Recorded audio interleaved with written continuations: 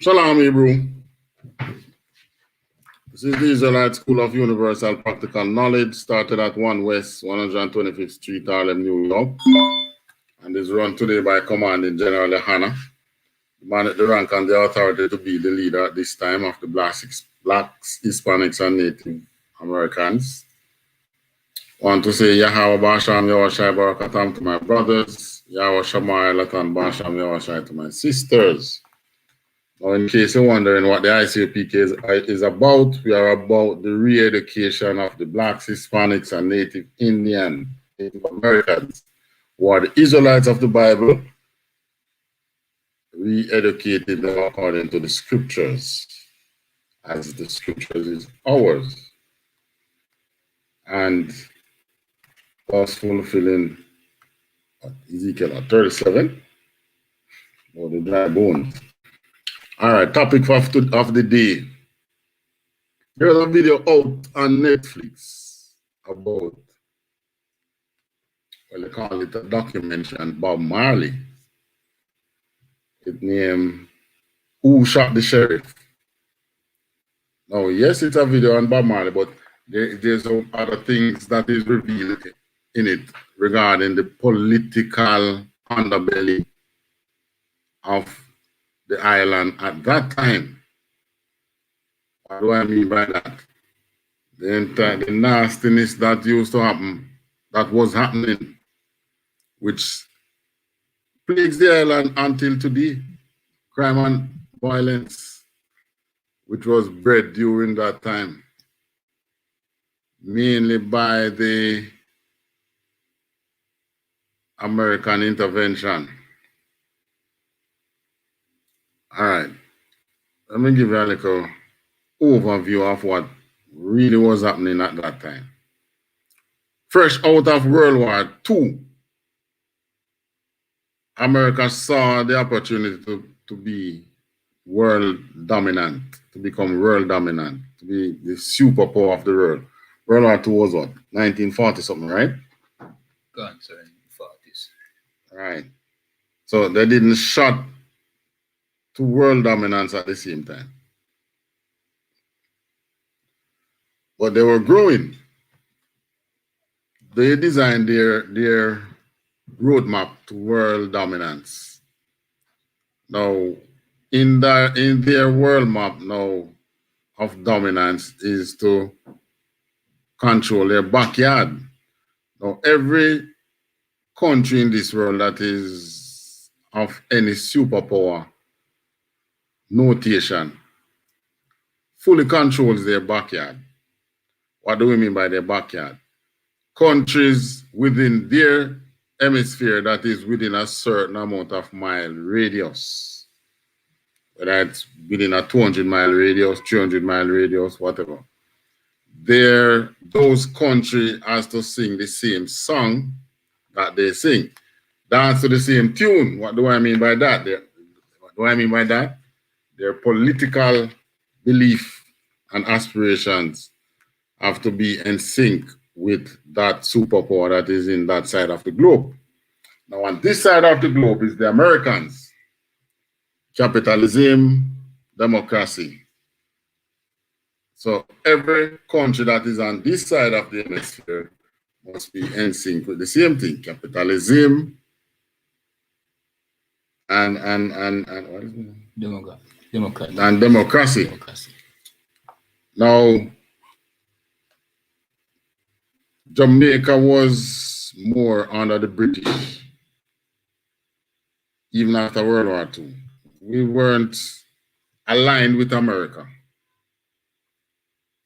But somehow, you know, they managed to put a wild card within the politics at the time who was supposed to swing Jamaica to America. And we saw that happening between 1976 to the 80s. They use political maneuvering, political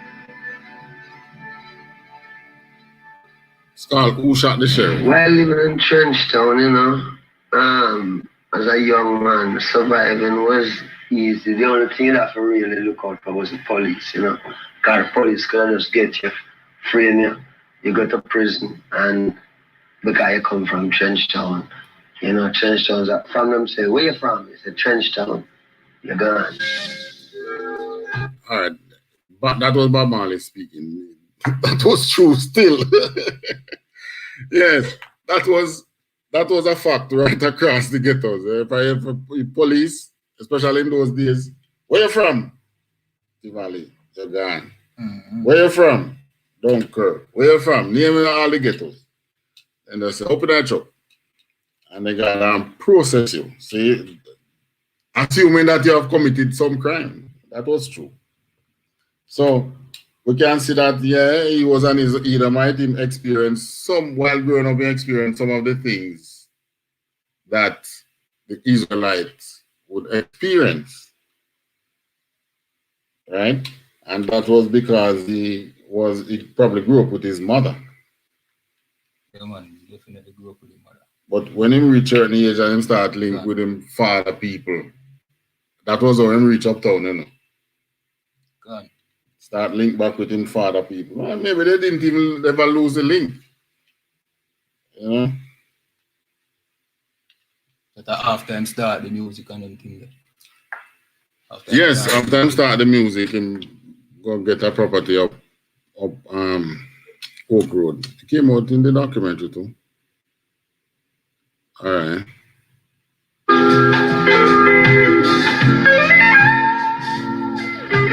First time we met in Trenchtown, Bob was around 17. We don't have no instrument when we start. All right, who this? This man name, I call him Siko. Nickname Siko. Oh, he was a musician in the Whalers. Whalers. We just sit down and sing. I remember when we used to sit in the government yard in Trenchtown. Bob lived in a government yard in Trenchtown when we had the troubles in the 60s, where we have a considerable amount of violence in these inner city communities. Bob had been rejected by his family. He was totally broke and he had nowhere to live. So Cox's dad gave him a place to stay. Cox was like a father to Bob. And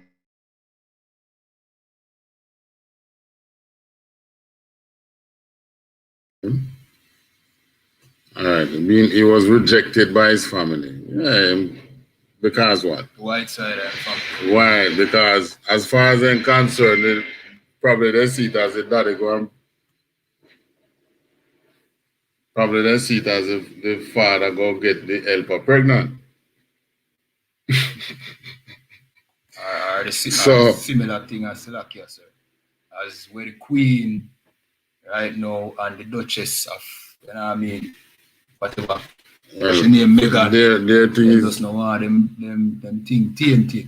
So if you're mixed race or anything like that, them show me.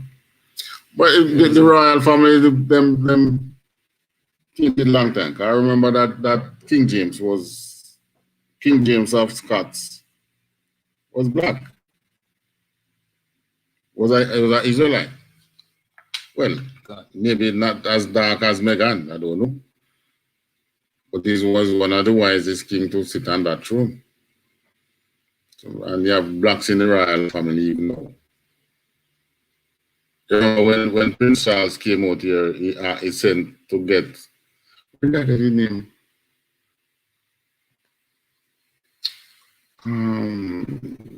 Guy, man, I.S.U.P.K. He come up with the word Sobolius. We are talking about the name Tanto Blacks. No, Tanto Blacks. So Sobolius. Yeah, man. Oh, you are talking about L.A. Lewis. L.A. Lewis have some relative married in the royal family. When Prince Charles came out here, he sent the police to get him. Hold on. Lewis tell a lot of lies, you know. And it was that one. I know him tell a story. It was this. That wasn't a story told by him. It was a story told by the news and the Prime Minister said. I think it was PJ at the time. We need to know who is this LA Lewis that the Prince is going to send to fetch him.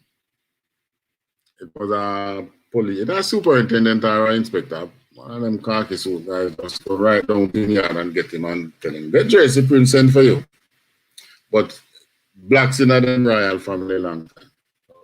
You know, make them just like how you say when So Cox's dog gave him a place to stay. when I watch Commanding General Yahanna's spin on it last night. Come over move the camera. Commanding General spin make all the senses. You see how much $1 billion they make out of this. I mean, you have Tyler Perry and the Oprah. So you're looking at a mini-series. You're gonna make some money, man. Bob Marley thing now, yeah, come up through sufferation. I was rejected by the money side of his family, but he was an Edomite nonetheless. I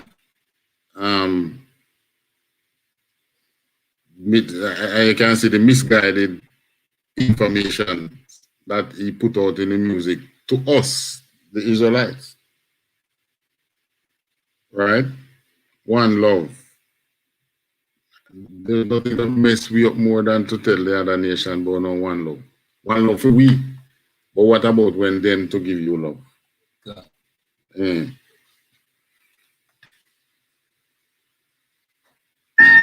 Coxon was like a father to Bob, and he gave him a chance to sing. But Coxon was not going to allow him to play any revolutionary religious music. He was just had to sing the pop songs and get hits.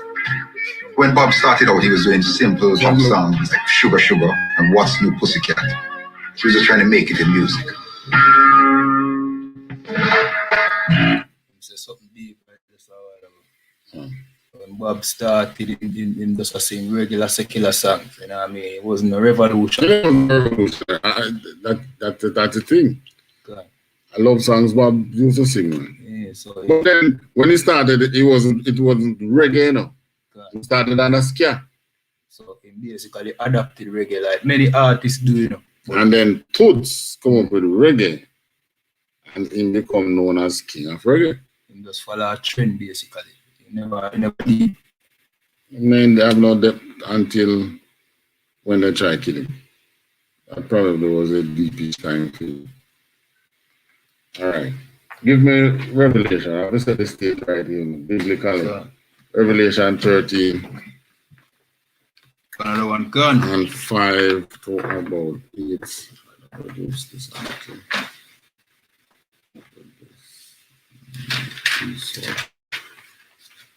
So I'm not going to do it.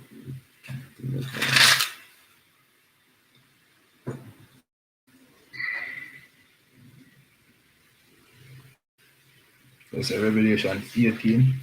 Revelation 13. Another one gone.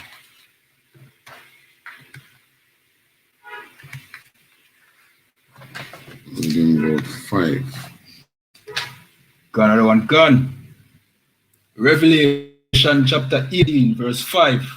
And there was given unto him a mouth, speaking great things, and blasphemies, and powers were given unto him to continue 42 months. All right, so this is describing the beasts, who was a man, or a set of people, who was supposed to be ruling at the end, during the end times. And his reign, time of reign was just 42 months. It's a small time, about 3.5 years. Which is not 3.5 years by our counting of the year, but 3.5 years in prophecy. Which sometimes is a good amount of time. Good. Right. Now,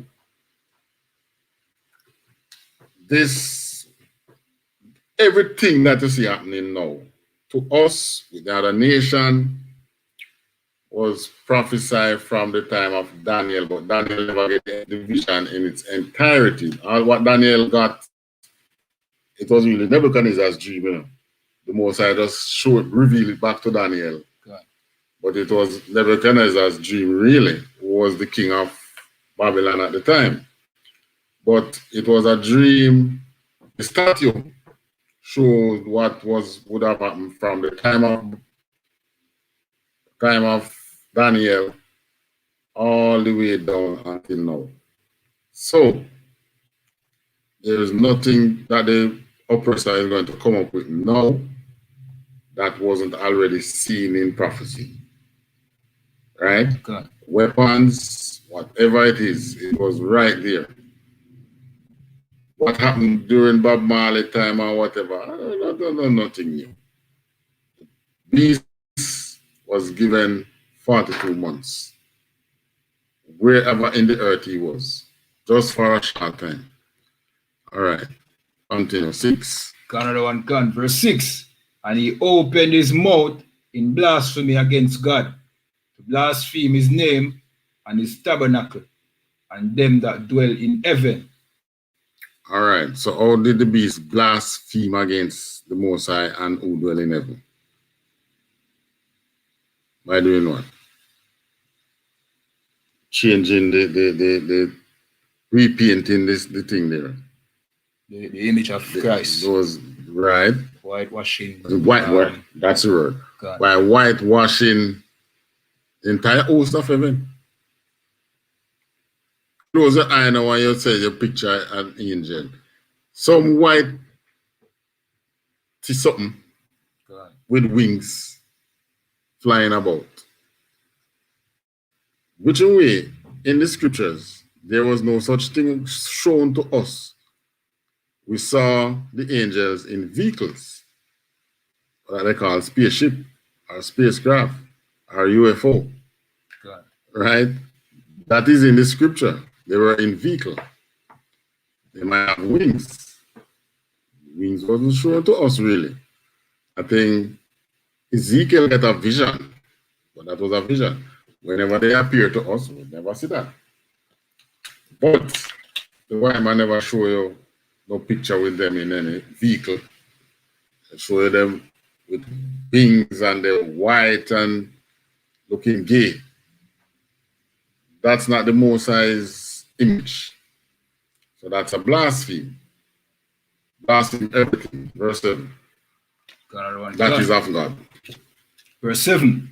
And it was given unto him to make war with the saints. That is us, the Israelites. He made, check back from the time of the Portuguese. When the Portuguese were the first European nation, white people to enslave us in this time. The Portuguese started it. All right. They went into Brazil, which is a tribe of Israel, right? God. The entire North America, all the way down to south, felt the sword of the oppressor. The Caribbean. We weren't in the Caribbean when they started.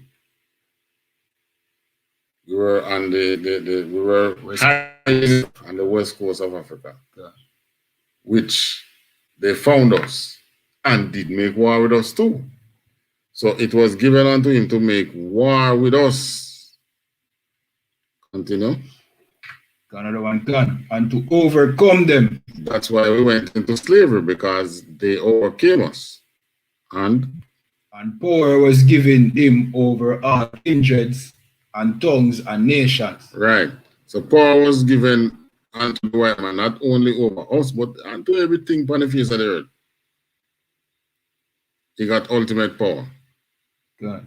All right. 8. Another one, verse 8. And all that dwell upon the earth shall worship him, whose names are not written in the book of life of the Lamb slain from the foundation of the world. Bob Marley was an Edomite. God. They worship him, don't we Jamaicans worship him. Which other person in the reggae music get as much worship as Bob Marley? You know, nobody in reggae music big like All Bob right. Marley. So you see, Exactly. the Edomite, that's him right there in the scripture. God. Wherever him go, him get worship. That's think of somebody though who always want power, and you just give it. I say, all right, go on, look and see what you do. That's a white man, eh? God. So he got the power over the earth. Once I watch him, see what him do. Him get praises everywhere him go. Spotlight on him. Always on the side of the north. Right? He always the most important person in the room. That's him. Bob Marley was no different. All right, let's listen to some more of his interview and you will hear what him said about being his word, half caste.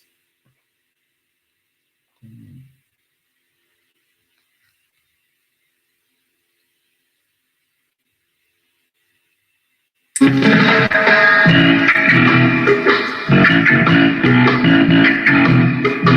the early days of his music, love songs and all of that. As his music evolved through ska into reggae, he embraced the message of Rasta. Rastafari as a religious and social movement that articulates. All right, so you see what I'm doing now? Turn to Rasta. Preaching Rasta to put him join it and echo it. Because that's it, that's what he found that could resonate with him. That could connect him with us Benjamins. God, just adapting a movement. All right. But you know, originally he was Catholic. He grew up Catholic. Cancer. He grew up Catholic. All right. Now him became Rastafari and preaching more lies unto us. Echoing more lies, I should say. But he became Rasta because that's what he could use to resonate with the people. He couldn't use Christianity. He couldn't use the truth. Couldn't go to Harlem and join the truth. Right? So he used what was available, which was Rastafarian. Let's see what them say again. Related the feelings of oppressed black people of Jamaica, but hooked in as well to the ideas of African liberation. Rasta consciousness was about who you are as an African. What is your purpose here as a black man? They were outcasts. And the police would come down hard on these people. They would trim their hair and beat them up and lock them up for smoking a split. Pastor was never accepted by the middle class powers that be, was religion of the poor people. Fighting against Babylon, that system where the few control the many. God saw the contempt the poor were held, and he wanted them to have the courage from his music to continue to fight.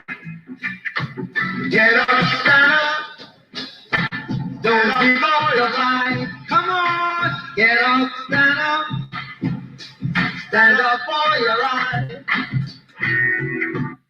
Now, just like in every situation, when the white man feel oppression by his own white man in turn to us, to get us,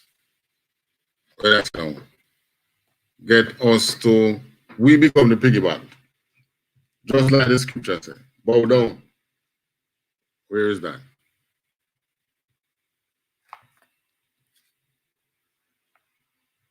What the scripture you referred to a while ago?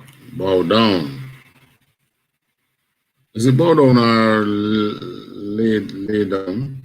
Lay down in the dust. Or virgin daughter of No man. The one that says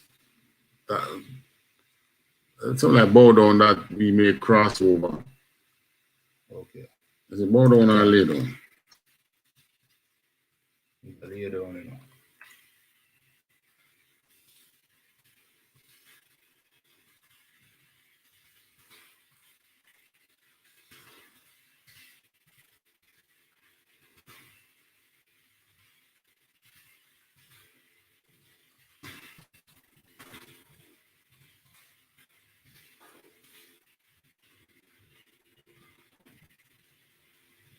Isaiah 51.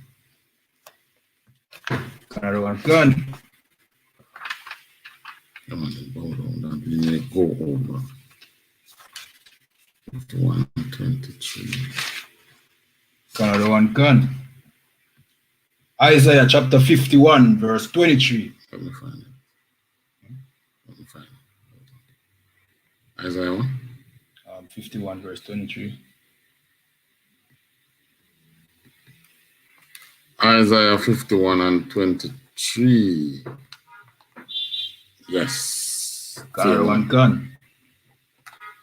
But I will put it into the hand of them that afflicted thee, which have said to thy soul, bow down, that we may go over. And thou hast laid thy body as the ground and as the street to them that went over. So get up, stand up. That is the white man telling us to bow down. Want us to stand up for the rights. So that him may benefit. Right? Who echo that sentiment to I think it was Michael. So Michael and the JLP at the time, Buster, the Manleys and Buster, they had a problem. They were middle class now. They had a problem with the upper class too, you know. Because what they were getting from the system was really crumbs. Understand? It was really crumbs. They were the beneficiary of the system. So, but they use our backs exactly to rise. So, it's like here, sir. To finish this? Verse 23. Yeah. Gone, sir. All right. So it's like them using our struggle to propel them way, you know what I mean, to achieve for them goals. You understand? Michael did it, you know what I mean? Buster Man did it. Right. Marcus Garvey did it. All right. That is what happens. Right. So you find that all the political icons from then coming up. That's what they did. From we said we gain independence. Who benefit? Only them. Only the oppressor. My father's a white and my mother black. All right, listen to this. Listen to it. Get up, stand up for your life. My father's a white and my mother black. No, them call me half caste or whatever. Well, we don't depend on nobody's side. We don't depend on the black man's side nor the white man's side. We depend on God's side. Our side. You hear what I'm saying? My father black, my father white and my mother black. And call me half caste or whatever. No, I don't depend on the black man's side or the white man's side. I depend on God's side. But your side, the side that you are on, that was chosen from before you're born. Yeah, because you are who your father was. You don't just get up and say, well, I'm on the Lord's side. But you're Israelite? No. And still like yes, sir. Because, hold on. Because you can't, because you grow with Edomite, with Israelites, determine that you are an Israelite. You're not of the bloodline. That's why the Moses said most separate sheep from goat. Yeah. Come, sir. So, all right, basically, you're born, come grow up with black people and see black people are get oppressed. See? And you see, your father side of people are oppressed them. You know what I mean? You should at least, if you use your music to express black oppression, you should at least be on black people's side. You know what I mean? All right. So, well, we're not going to form no opinion for you, though. No, we're not going to say what we think him should have been doing. No, may I show you say him really don't care about black oppression because if you grew up in the garrison with black people. Hold on, what we're doing is just punching the holes in what he said and what he has done. Right? God. Him couldn't take our side neither. Not of the bloodline. He will be giving us more lies. Which either might ever give us our truth. In history, think back. No either man, but to show you that he don't even empathize with us. You understand? I'm not even willing to pick our side if you say, yo, let me help fight them in their struggle. Show you that it's well, as far as him concerned, he was as far as him concerned, him fighting our struggles. No, man, he just use us as an opportunity, you see? He said to me one day, man, that breed, my mother, was a white man. So you cannot really put me down as white or as black. So I am here, and I have to bring about unity. All right, so this is what a white man always did. The same thing they probably did in the time of Christ, when you had the what do we name again? Who was ruling when Christ born again? Herod. They married into the Jewish, they became Jewish, because their father would have taken a Jew, female, impregnate her, get a son, grow that son in Jewry. That son, what that son come up and do? Why not come cut grass like you, the rest of us? So come rule over you. God. Right? Just like Isaiah again, bow down that we may go over. So them find everywhere. But Marley no way different. So when you see first thing him do, try and remain on the middle ground. Don't try not to take any side. But in the end, where him get millions of dollars. Still come out on the white side. Still come out white. Yeah.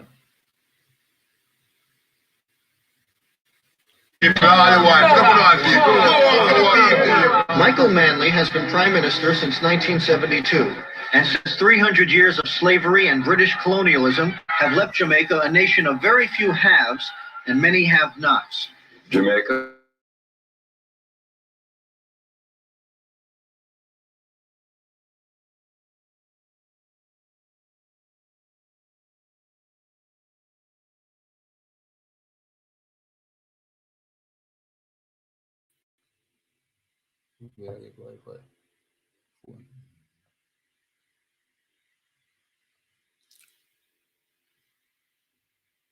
All right, so here now they're bringing in the Manley, Michael Manley era.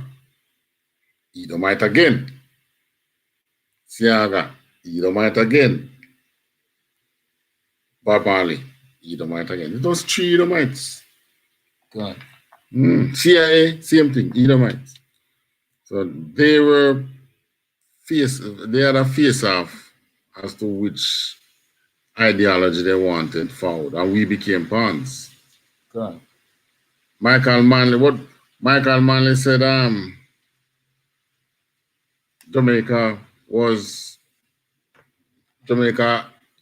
has been for the few haves and not the many have, not the many that have not.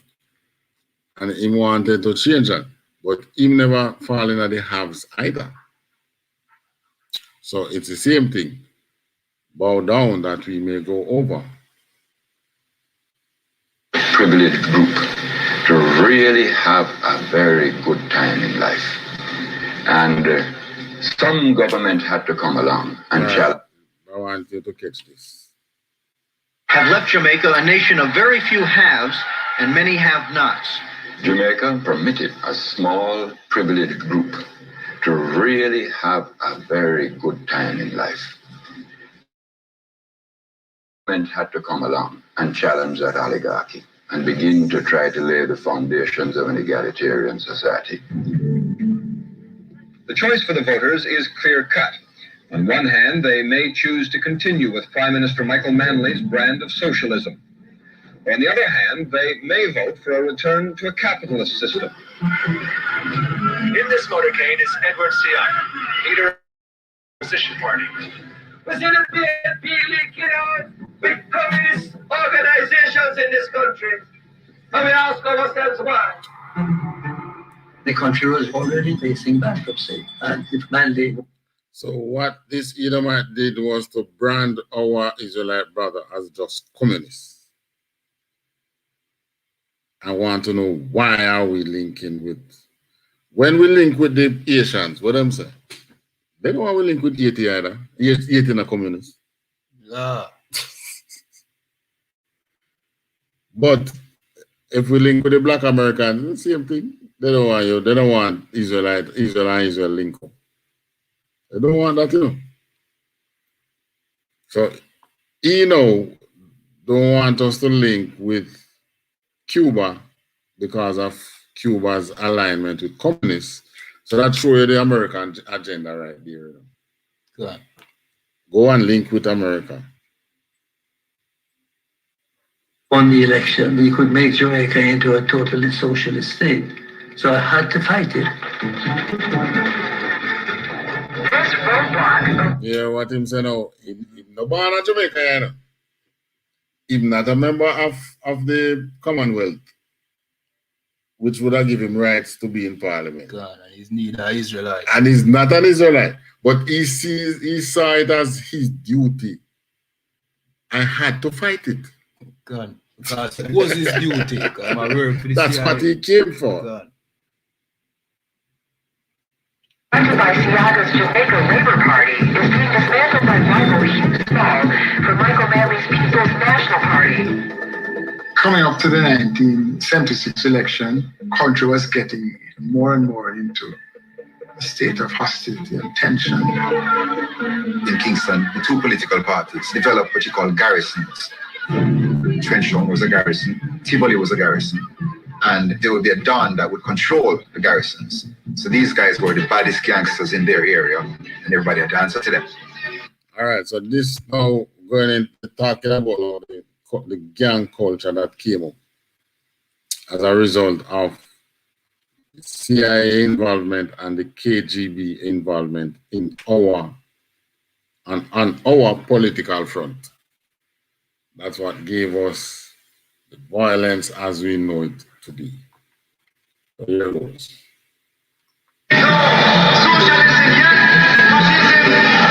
Well, the name Don comes from Don Corleone. It comes from the mafia. Spaghetti westerns and gangster movies had a great influence on Jamaica. We got to thank the U.S. culture for that. You gave us our cowboy culture. We just did a Jamaican version. All right, that's how you don't mind it. But that is true. America gave us the cowboy culture. It's just a Jamaican version of the cowboy culture was done with their help again because they supplied the guns. I spent 10 years in Jamaica trying to piece together the history of this tribal war. Kingston was a checkerboard of war zones loyal to one party or the other. The politicians needed the gangsters to get out the vote, and the gangsters needed the politicians for protection from the police and for money and for guns. In the lead up to the elections, ghetto gangs translated the campaign battle of words into deadly armed showdowns. When you have political violence, when I see the youth fighting against the youth for the politicians, I really feel sick. The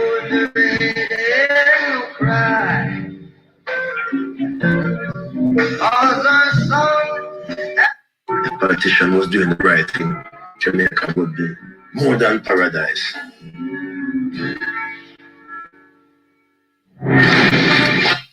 All right, so you see what happened now. The politicians get the blame, yes, because they offer themselves as leaders, but they weren't in charge of the money. The only money the politicians were in charge of was tax, what collected from taxes. So in other words, the politicians became like extortionists to the rich class. That's what they became as, you know. To the rich man who wasn't paying tax before you politician appear on the scene, you know that you are you have become a extortionist to them. So what they did, it's all right, formalize this thing. Formalize it. Make legal prisons, legal gang members that are police and soldiers. And say, okay, we'll pay you for protection. So those taxes that they pay is really protection. But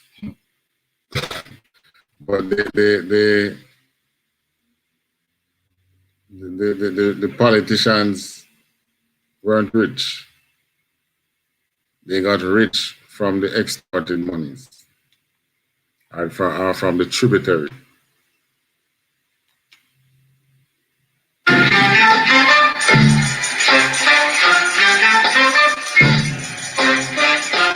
By 1976, Marley had a worldwide profile. Everybody knew Rasta, everybody knew reggae, everybody knew Bob. So for Bob to be seen as politically engaged was very important to the two political parties. They courted him, they wanted him. Bob knew there was a lot of danger in pursuing that path. Bob was very careful to be political neutral. You could not accuse Bob Marley of being either JLP or PNP, but he was political. Bob Marley and the Fabulous Brothers.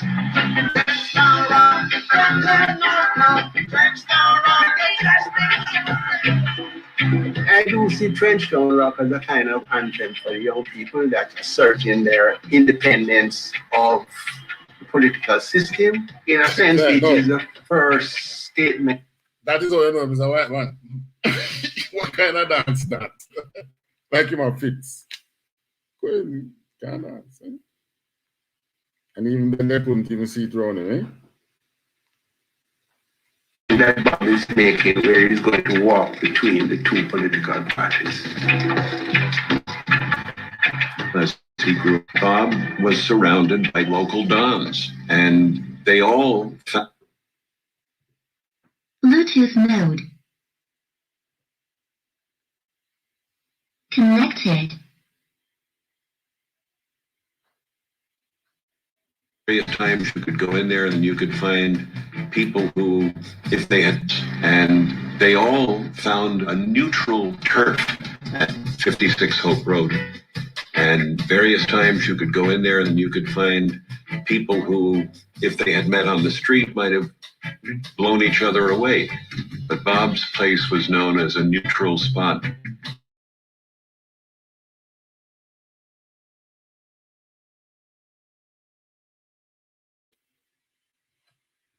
So he present himself as a symbol of one peace, using 56 Hope Road as a peace ground for either side, whether you're from one party or the next. You could, just like them said, you could come. So that's where Dudus got that thing that he did in Tivoli. Whether you're PNP or JP, you could have gone under one other. It's like a truce. So 56 Hope Road was like a neutral ground. Whichever side of the divider come from, you could go there and still meet the man he might run over this, or he might run over this, and I said, no, shut now, boss there. God. Right. He presented himself as that. So he was setting up himself for a political attack. Didn't understand the politics, obviously. One could come in peace. Bob's house was on the same street as the Prime Minister, and I was teasing him about it because his whole image was roots and downtown, and I said, oh, you're getting posh now. And he was like, no, I'm bringing the ghetto uptown. First met Bob at 56 Hope Road, and then I became his attorney, confidant. Bob was a Pied Piper, you could say, and 56 Hope Road was an exciting place to be. Bob had a recording studio in the back, and that's where they did all of the rehearsals. It was a center of modern Rastafari inspired pop culture. I was living at 56 Hope Road, and that movement of Rastafari, that upsurgence of downtown making its way uptown, had started and was growing rapidly, and the upper middle classes were petrified of it. People would line up in the morning. Everybody needed help with school fees, a job, medicine. He wanted to help people be independent of the handouts of politicians. All right, so just like how in the U.P.K, we have our food program, and we help our people. That's what he was presenting himself as, much to the distaste of the politicians. Who is this man? Singing, making some money, and is in people going for assistance, and they're not coming to me. That's how the politicians saw it. Maybe they were looking and say, you know, some can come up and form a third party. Good. I'm presenting himself as an alternative in a for them mind. Right. So we have to get rid of him before he can form a third party. Just like how they get rid of Marcus Garvey. God. The man, we don't like politicians much. PNP and Labourite. We didn't like that. At Hope Road, there was a certain tension that existed because of murderous rivals being in the same space at the same time.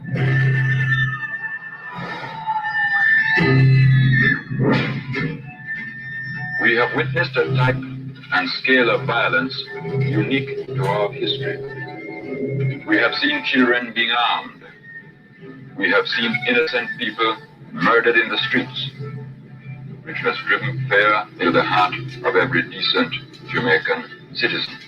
We will not stand by and allow this sabotage of our country to continue. We are proclaiming a state of public emergency. In that time, the country was in a turmoil. People, and Bob's statements to me were, let's do something for free so everybody can come. So we went to see the Prime Minister and gave him our idea. Bob Marley concert to be held on Sunday, December 5th. The announcement was made at a press conference held by Marley, his manager Don Taylor, and Arnold Bertram. I was Minister of State when Bob Marley came to discuss the concert. He wanted to do a benefit concert for the people of Jamaica, to give them an early Christmas present. None of us interpreted it as a political endorsement. The election had not been announced at that point and was never meant to be in support of Manley or a particular party. Bob Marley was doing the concert to try and bring back a 2 weeks following that announcement, Jamaica's Prime Minister Michael Manley called new general elections for December 15th. When Bob agreed to do the show, there was no election date. As soon as Bob agreed, then the PNP announced the election day to follow the show. So they wrapped their election right around Bob to make it look as though he was performing for them. Yeah. So you see, him got meddle with politics, but he don't understand the snake. God. He don't understand. He grew up with his mother's side of people. Didn't grow up with this. He was abandoned by his father's side, meaning the man business about him. God. So he didn't get to learn that snake side. And they say, oh, what they do? They say, yes, man, we want to put up this concert, man. And let us organize everything and publish it. Peace concert, what they call it? Smile Jamaica concert. Right? Organized by the Prime Minister at the time, though, was Michael. He has everything set for the concert to keep, just announce the election. Make it look like he is with them. You have to be careful around these people, man. You have to be careful. one thing that you will learn about the oppressor, he will use even his people. As a matter of fact, they're not really business about him now, because as far as I'm concerned, I'm a bastard. So even though he was their bloodline, then they will sacrifice him just to see him. Because as far as I'm concerned, he grew up with the mother people them, so he's not down with them.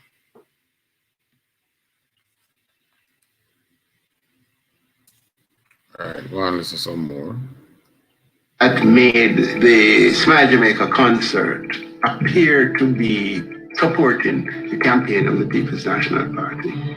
Michael Manley used Bob Marley's decision for that concert so that it would assist him to get the votes that he knew he was lacking at the time in order to win the election. We wouldn't have used Bob Marley for that purpose because we knew Bob has to be a friend of everybody. There was a hell of a amount of pressure on Bob Marley. So you see what happened now? The two parties now in tug of war for Bob. You hear what him say? We wouldn't have used him for that purpose. But Michael used him as a pawn, political pawn. But we would have used him as a peace pawn. Pawn. God. A pawn. Pawn. God. Right? Because we would see him as a symbol of peace among the people. That's the way I must say. All right. Well, I want you see what happened after the concert. Not to do the concert. He said there were people from the GLP who were at him daily. Once Bob announced he was going to do the Smile Jamaica concert, he came under death threats, and he was placed under 24/7 guard by forces of the PNP. We started getting messages from the opposition. They didn't want it held at Jamaica House, and they didn't want it held here. They didn't want. And then finally, on the Friday, December the 3rd, I got a message saying that they didn't want a concert, period. One morning I woke up very early and I looked out of the window. I saw Bob and these three men around him.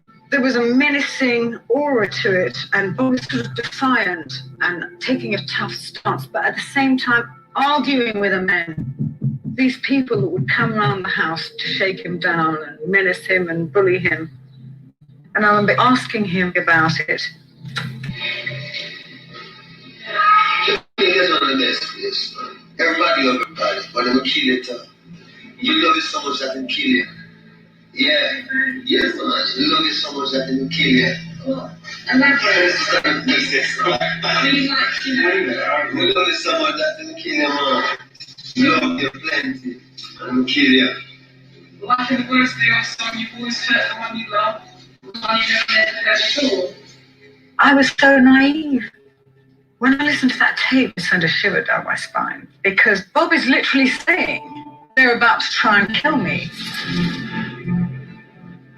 A couple of days before, Bob told us of this vision that he had where he was at Hope Road and there were like soldiers shooting with guns and he knew that they came to kill him. He said somehow they just took him out of it mystically.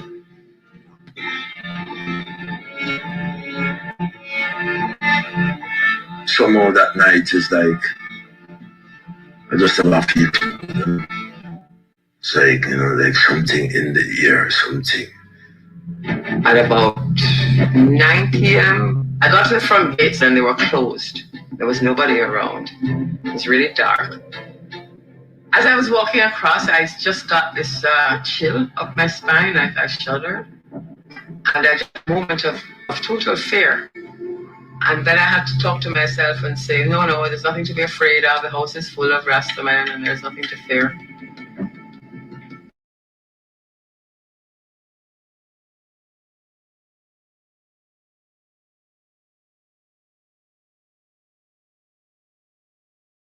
I come through the door and just turn the gun in the Russian room.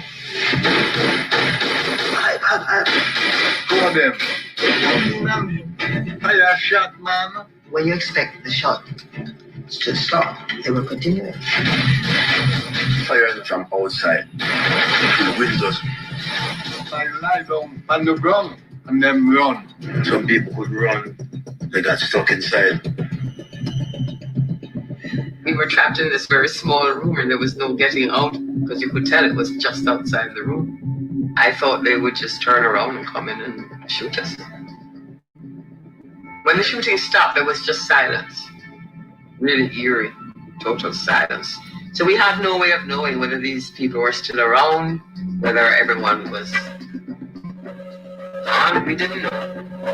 The first sound we heard was Siko, who called out with everybody in the house dead. I said, I'm going out. I'm going to see what's happening. Saw about his wife, Rita, come out quickly. She had blood running down all on the side of the head, you know.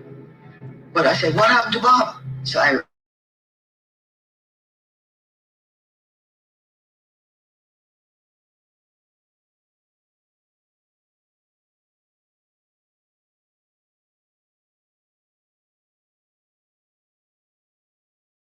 Tribal war. This was like tribal war. Tribal war in the sense that the two Edomite leaders facing off for the pawn. The major pawn here was Bob, you know. God. Right? Bob, one spin him as a pawn to win an election. Well, the election ain't run it. Spin him as a pawn for an election, right? God. The other one said, I wouldn't use him that way.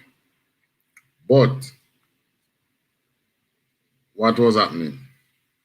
Neither of them wanted to have him singing and promoting the Israelite people in that to them heights there. Right?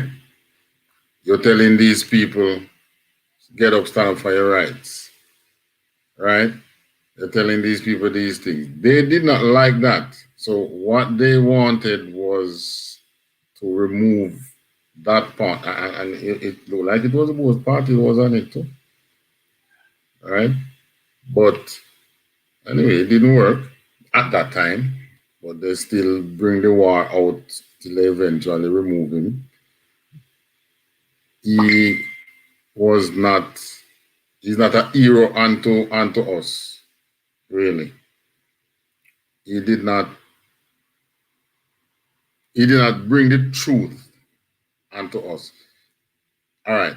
His involvement in reggae and Rastafarian uptown gave the rise of a Rastafarian group known as 12 Tribe, which was a more uptown sect of the Rasta. Okay. Because he was uptown, yeah. Some of the middle class people start to, you know, yeah, we dig what you're saying and all that, right? God. So them now say, yeah, you know, Rasta, you say Rasta, we say a true thing, you know, and so on. They formed the 12 Tribe. So it was more uptown. It was more 12 Tribe was more uptown set of Rastafarians. Good. Nothing to do with Israelite, the poorer people, really. Good. But it is interesting that them choose the name 12 Tribe. You know? Yes. Those that because many of them knew the truth about us. Okay. Many of them were people like run up the steps. All right. They also knew that they weren't those people. So they were the ones who came up with this thing about your tribe that you belong to depends on the month that you were born. Yeah. You ever hear that? Yeah, man. I know. And them come up with that. This was the Edens now, because 12 tribes are mostly Eden. That me just ask you. So they may have people like Bob Marley himself, right? Rita and them. And whites, them that's what Indians, God. Chinese. Okay. Mainly Edens in that. And they want to join themselves onto us now. So them say, okay. This is how you know which tribe you belong to. By the month. By the month where you're born. 12 tribe, 12 month. So then just name it same way. Okay. So depending on the month you're born, you know which tribe you belong to. But why 12 tribe though? Why not? You know what I mean? Because they know who the 12 tribe was. Them read the Bible, you know. You stay there. God. They read the Bible and then some they understand it to some extent, but then they also knew that it's not them. So Bob probably knows say we are Israelite. Yes, man, Bob know that, man.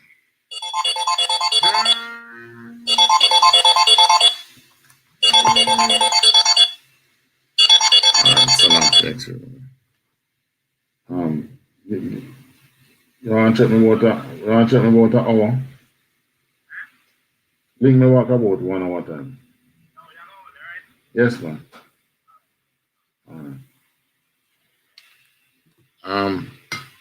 Then we were. Okay. Then you. But ran up the steps to the kitchen. But they want to. Every nation want to tie themselves to the glorious side of the Israelite. Yeah. They're not tying themselves to the sufferation side. But they don't want that. Which is why the Most I distinctly tell you when them say he mentioned about his laws. You notice he always say his judgments. God. So he's the one who follow the laws and the judgment and receive and know his judgments in dealing with. So the other nation try come amongst you and follow the laws. You know? God. But when it comes to the judgment part, No then nothing to do with that. When Bob dead, no, it's so, you know what I mean, horrible. You know what I mean? No matter about the punishment, the judgment is the punishment from the Most High. No, I know, and what we do to people, to our people when they break, or to people who break the law. What we mean though is, them want to be an Israelite, but don't want Bob to die. You understand? Don't want what? Them want to be 12 tribe of Israel, but them don't want Bob for dead. You get what I'm saying? Because that's all that happened to the Israelites, you know. We die, you know. Yeah, but them no want dead neither. Them no want dead, so I see them thing where no, but even out of dying, the sufferation, the hardship, they no want that. You understand? But that's what also makes one Israelite. As a matter of fact, it's the sufferation, the hardship that makes us come out as pure gold, just like the Most High say, and ready for the kingdom. God. So them not get that part there. So them it's not for them. So even when those members of the Proud Boy, the funny looking one, said that but the mixed multitude. The mixed multitude never get the punishment from the Most High. None. Because as a matter of fact, then glad when God punish we, because them get free rise. All right. And shouting, Bob!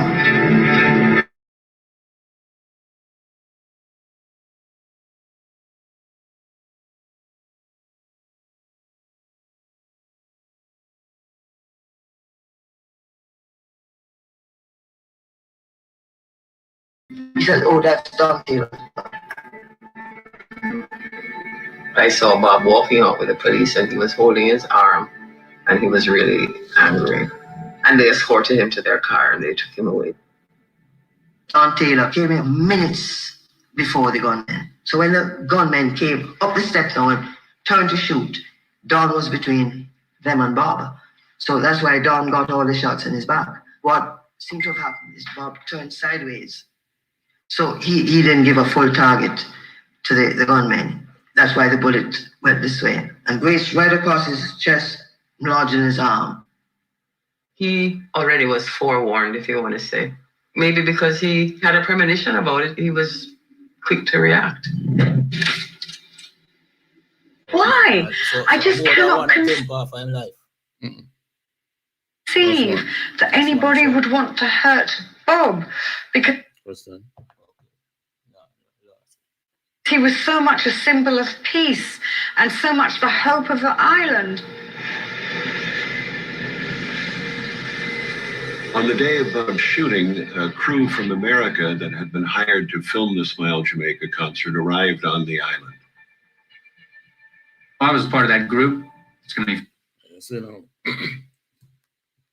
why them have so much interest to fly in to film that concert? Let's see why. All right, this one is what? Oh, filmmaker. All right, fine. fun, we're shooting a concert, and it's Bob Marley. What could go wrong?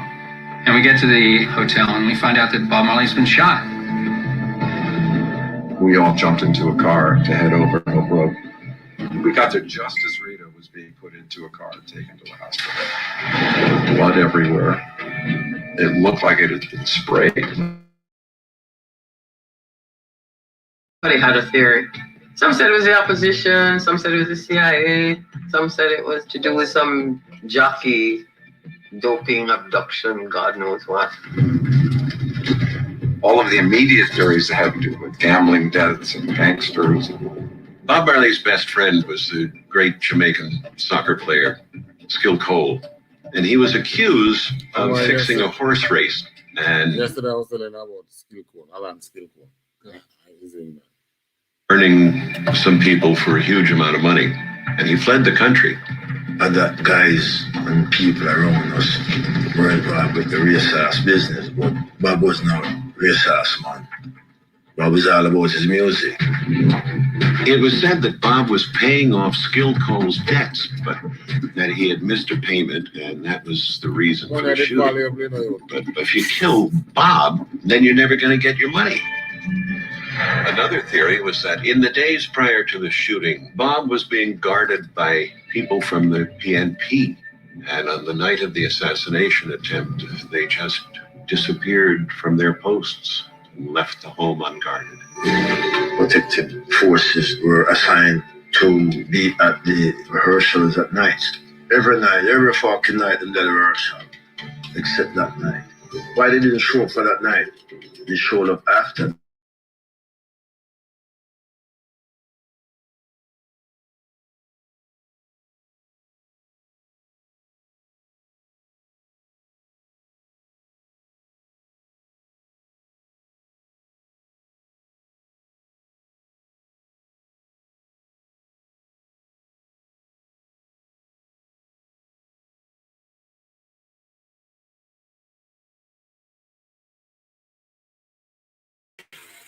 PMP tried to assassinate him, which would have tied in a little bit with the facts that them did I use him for the election. Martyr him now and then use the gathering. Yes, but they would have been fingered as well, because just like the brother said, every night them did protect as security. Yeah. And they know they did that the night. They show up after the shooting. Yeah. And then they come night after that. Yeah. So why that little window they just leave open just so? Unless, you know, so it probably was there was both the parties who was behind it. But you know, like we said, all Edomites, Israelite became just the pawn, because the Israelite shooters that they use, until this day they can't tell you why they did. And just know so them get a order or them just follow. Probably get a little change in their pocket too. All right. It look as though the other side did it. It wasn't us. So the JLP had absolutely nothing to do with this? No, we were as surprised as anyone. And we were glad that Bob wasn't really seriously injured. In spite of the denial by Siaga, suspicions would linger about the JLP. Don was in critical condition. It looked like Rita had only been grazed in the head, but it was a head wound. Bob had been treated and released. In an interview at the hospital, Bob Marley said he received numerous threats since the announcement of the Smile Jamaica concert.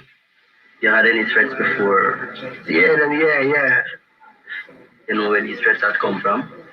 Well, I don't feel I want to talk about that right now. At the hospital, it was suggested that Bob could go up to Strawberry Hill, as that was fairly secluded. Jeff said, let's go up to Strawberry Hill and see Bob. I didn't want it to come as a surprise. So on the way up to Strawberry Hill, I decided to tell Jeff and a couple of the band members that my dad was head of the CIA. Now, that was at the filmmaker, that, you know. My father was what? Head of the CIA. Head of the CIA. So there's no filmmaker. Probably under disguise. Good. I tell you, the older on the Interesting revelation to all of us. Turned out the band members were the sons of ministers in the Jamaican government. And then I realized that we're all brothers in this generation. We don't want the old world anymore. We're struggling to get rid of the oppression. And that was the greatest appeal that Bob had. We came into the property and a couple of Bob's guards jumped out of the trees bearing machetes. It was a tense atmosphere, and he had been wounded. He was moving very slowly, as if he was exhausted, like he was carrying this enormous burden. The elder Rastas were telling him that this was a sign from Babylon, and to perform was too dangerous and risky. Bob did not want to do the concert because he knew with 80,000 people there, anybody in the crowd can just come up and kill you. We're just chilling up there. He had time to think, thought process, whether to do the show or not. There was a council meeting up at Strawberry Hill. There were maybe 50 people there, Rasta elders, Bob's wife and the family. All of the people were against him going. Rita Marley was the leader of the pack that didn't want him to perform. We had not so long come from the hospital, so she had head bandage. She had a scarf, but the bandage was under the scarf. I really felt I had no choice but to get up and say, Bob, if you don't play the concert, the people who shot you will accomplish what they set out to do. And Bob looked at me and said, there's no way I'm going on stage without a machine gun. And I said, well, Bob, your guitar is your machine gun.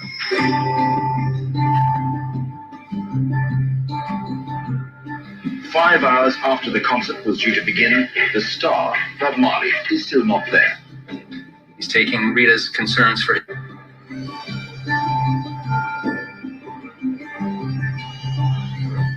And then the chief of police and the minister of defense. Dave, we don't know where the shooting is coming from. Could be the PMP as well as the JP.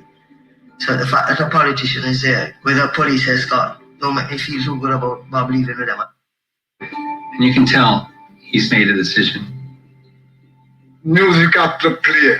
You can't stop music, man. When good music you got play, you don't feel the pain.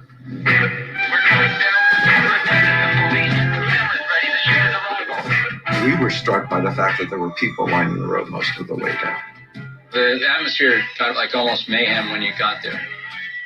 It grew from 5,000 to 90,000 people over the course of the day. So the park was a sea of people. When they realized Bob was there, the noise was unbelievable. That night was a dangerous night, man. Nobody wanted to go on stage, but you have to go.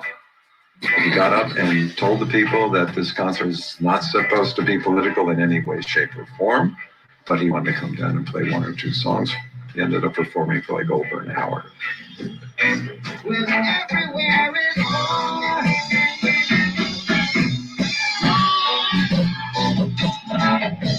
war.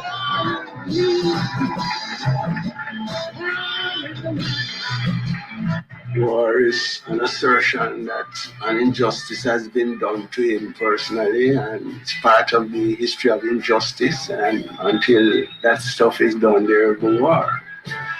Here is Bob recovering. Show them, bear this chest and show them where the bullet grazed him.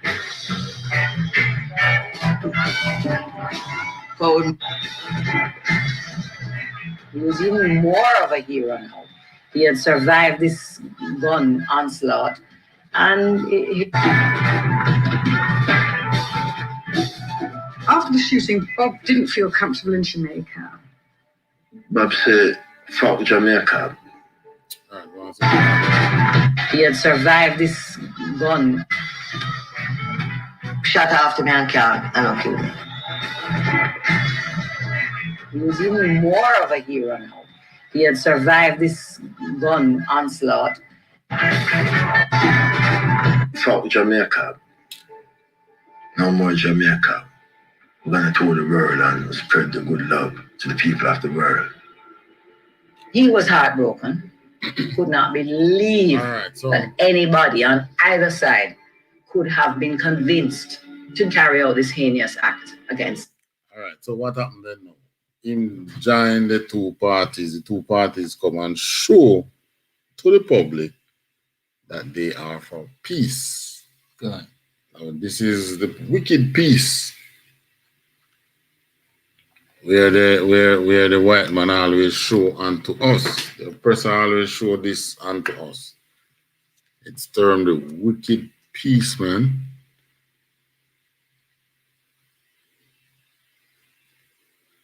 All right, give me Psalm 28 and 3. Got another one gun.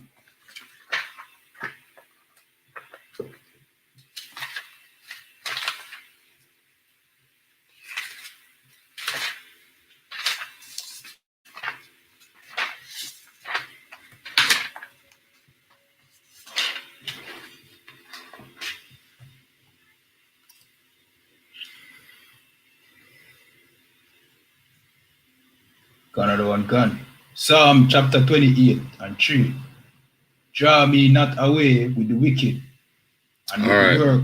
This is the psalmist asking the Most High to not take him away along with the wicked, but Got another one gun.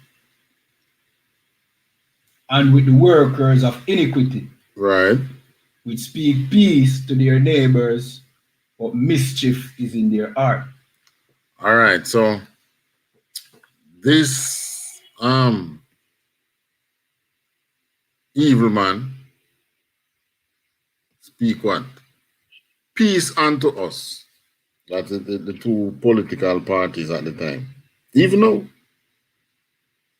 they spoke peace unto us, but what is really in their heart? War. War is really in their heart. Mischief is in their heart because they didn't, at the time, in the 70s, coming up to 80s, they didn't want to see peace among the people, you know. And that semblance of that no peace doctrine really came from one person, because they prior to that person, even though the both parties, there was no violence, you know.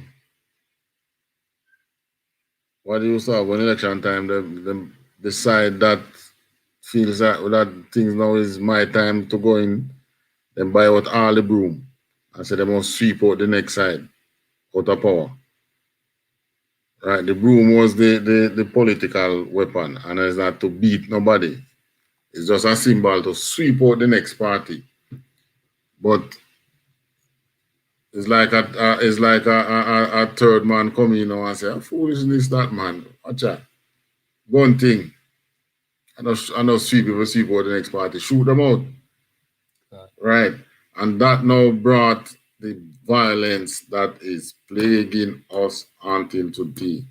White man is the devil the Bible speaks of. We continue to say it, even when they shut down with videos, that we just have to say it as it is.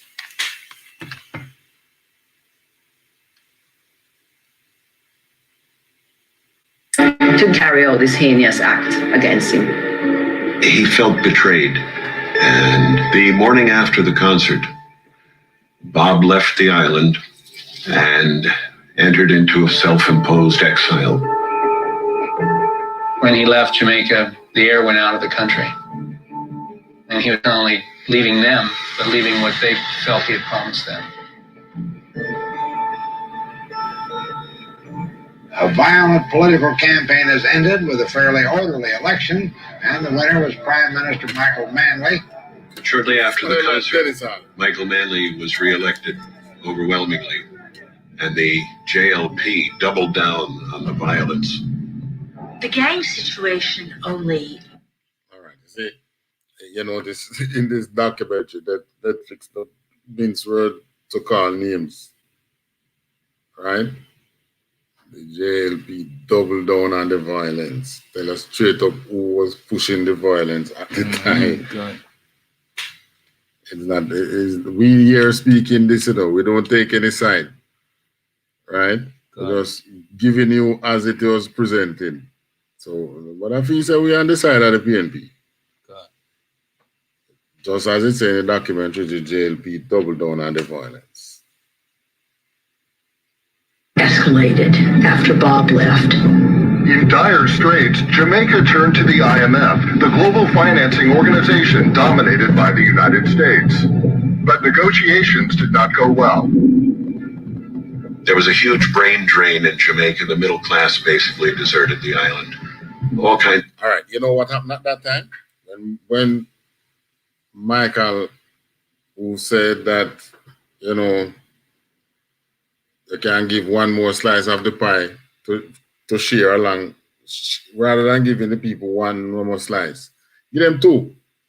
But they're still not getting that much. You still have the majority of the pie. That's rich. Here, what happened? They didn't like the narrative that Michael was pushing.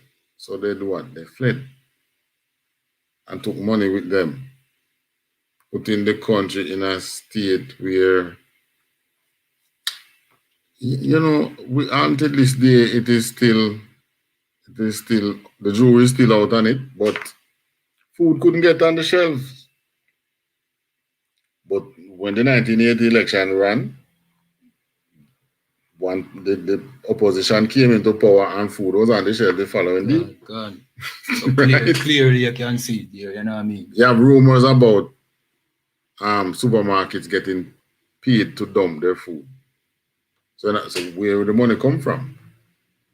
When the opposition came into power, 1980,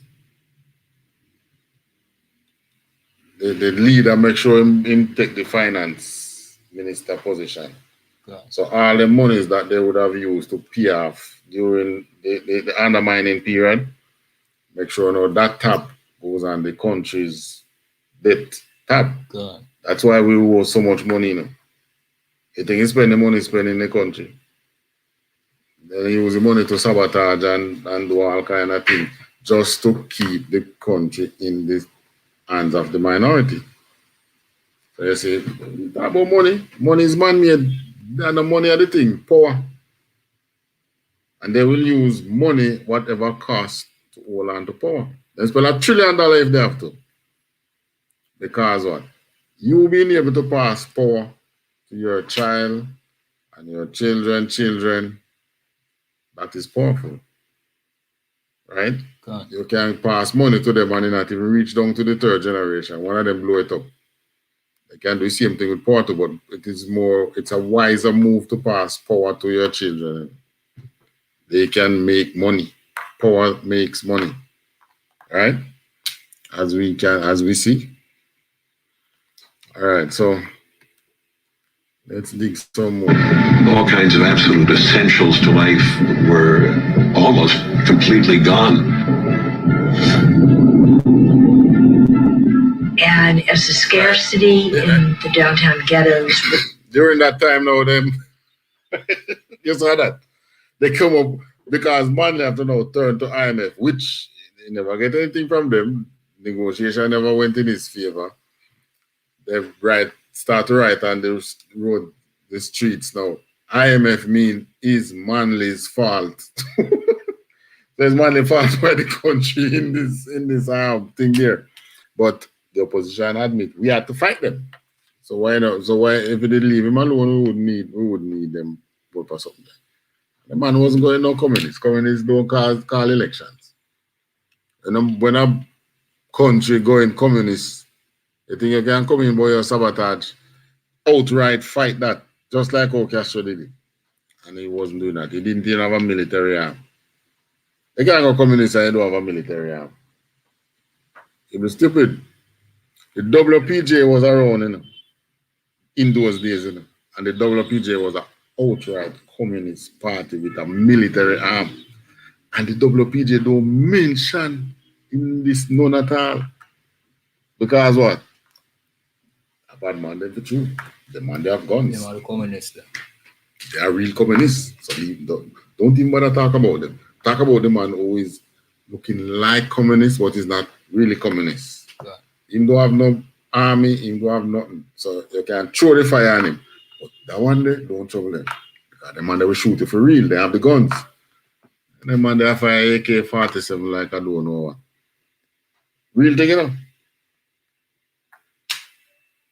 Yeah, man. worsened. There was more and more violence. The violence made it impossible for Bob to return to the country.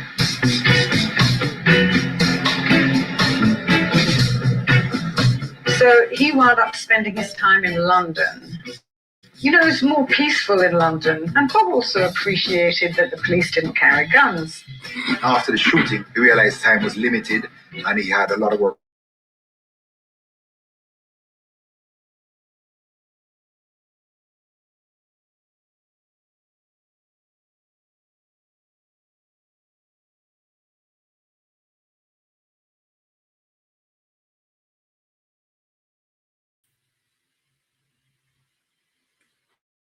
Wi-Fi here. In and out. You understand this thing? From where they were recording Exodus. The whole Exodus album is very infused with what he'd been through.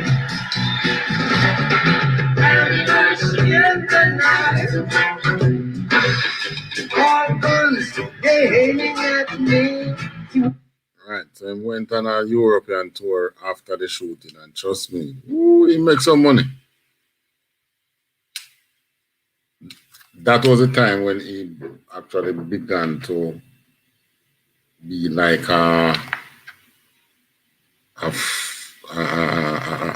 him start to get some depth. Some what?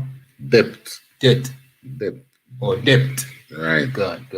Start to, make people can look into what he might be saying. God. Not so much love songs and so him singing again.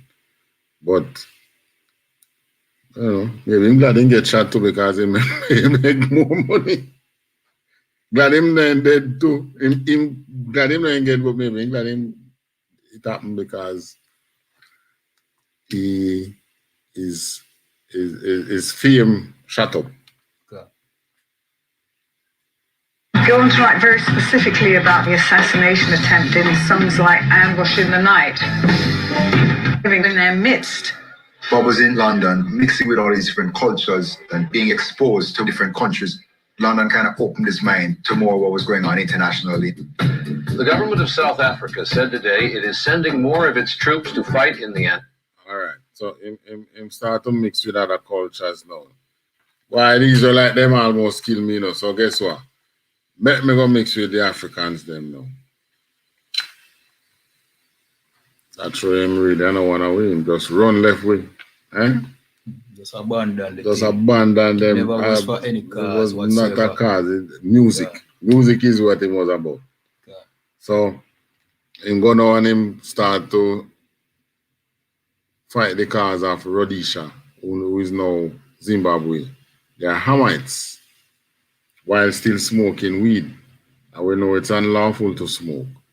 So his narratives in any form is not for us. God.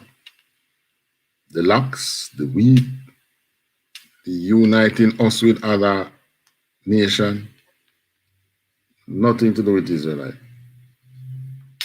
Angolan Civil War. Communists in Angola faced violent opposition from capitalists in the US and white South Africans. So that's how they come about now. You know what I mean? To see the unification of all Africans. You know what I mean? So when him go join with Africa after this. Yeah, when him go live in Africa, in England now, and him start see other things other than just Trenchtown and Jamaica. God, more turn me Africa. Big things can go on here, so man.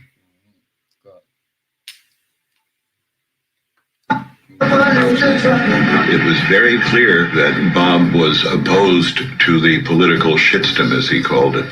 Bob said every government on the face of the earth is illegal. Those were fiery words in the 1970s. Right, that was what caused the CIA, to have him on a watch. That statement that he make. What I'm saying? All government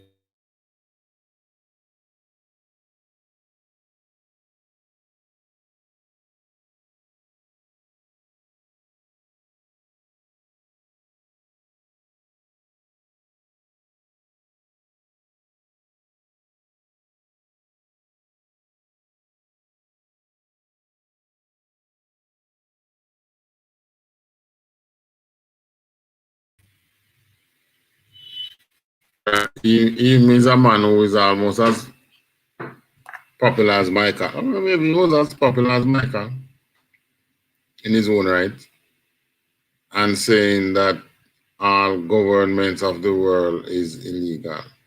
That draws attention to. But you see, you wonder if it must be really about just music or using music in a way.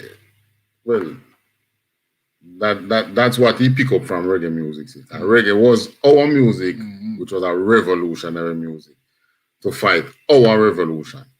Yeah. Now him come amongst we capture it, and now him gone to use it to fight the Hamite revolution. Which again show you that one. Not us.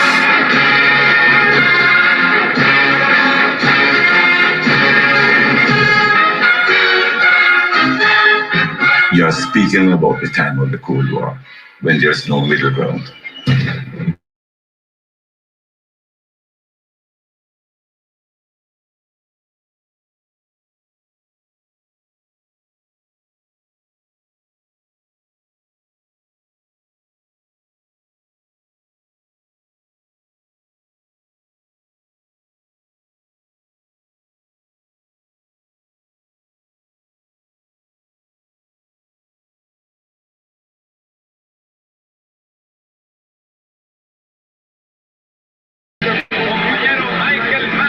Michael Manley. Fidel and Manley are good friends, and Fidel's relation with Mike. Osvaldo Cardenas. Oh, Cuban intelligence. So yeah, the opposition had the CIA, Michael had KGB and Cuban intelligence. They were the ones who was interpreting things to him on the ground and providing assistance to him in whatever way they can, including guns too. Manley became a big issue for the United States. They don't like what I call them communists, but I have to. Their foreign policy is the same as the Cuban communists. They are so craving for power, those fascist nincompoop. You know, political words. There, and you know, I don't understand. They were both friends behind closed doors. You know? That is the point. Gone. They were both friends behind closed doors, but then play out the thing in the public eyes. That's how you know that Michael himself wasn't going no communist. All a charade. But you know, the capital flight that leaked us in the 70s was a negative. That was a negative. Unnecessary capital flight. Because we weren't going on blasting communists. You can't go communist. And they are all right. When a country going communism, you have to control every community across the island. Right? There were certain socialist moves that he was making, yes. But America is America is more socialist than probably communism. Them welfare and something like socialism. You mean than capitalism? Than communism. They are a more socialist country than the communist countries. Okay,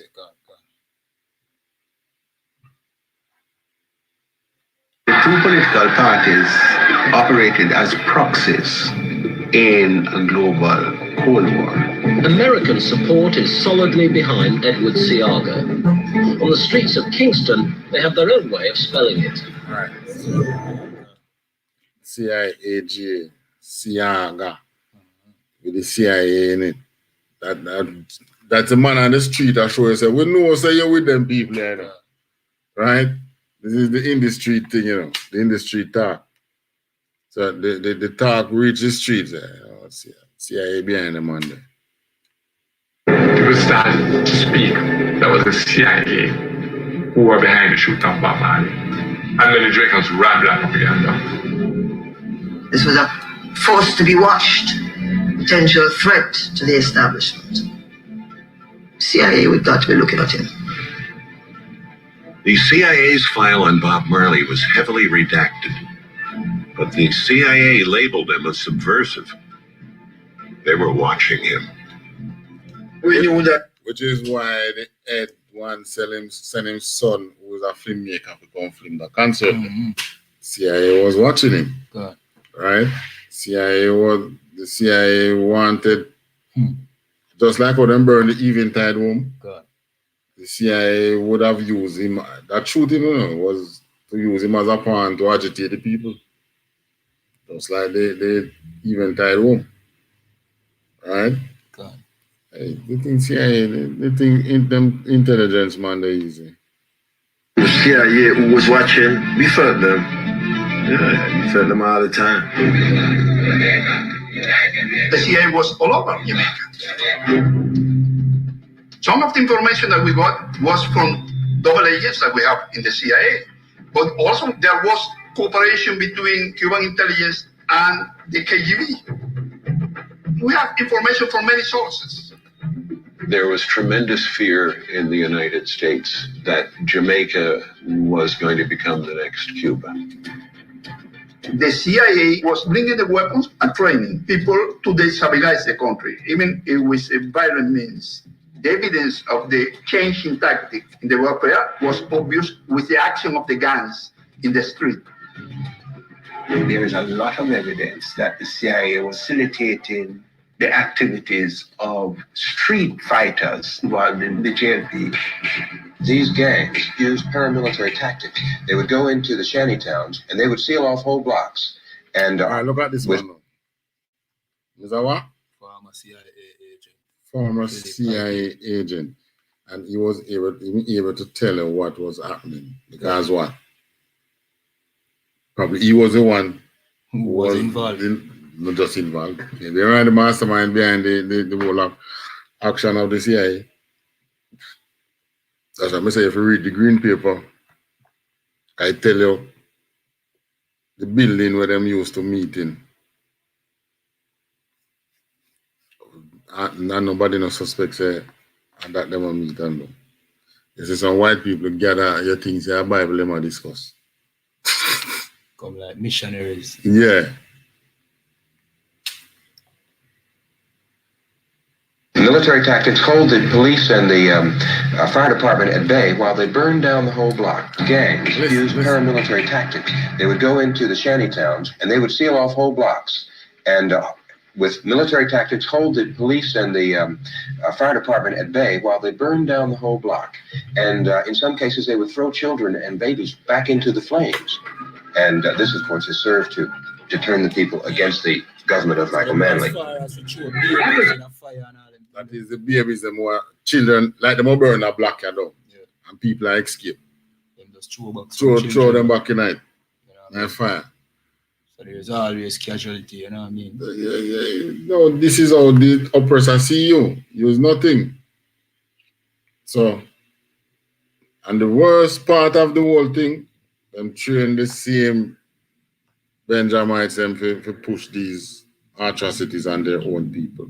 God. That is how dumb we have become. Right? Believing that these people are our friends. And they are not our friends. They are the devil the Bible speaks of. All right. One more scripture.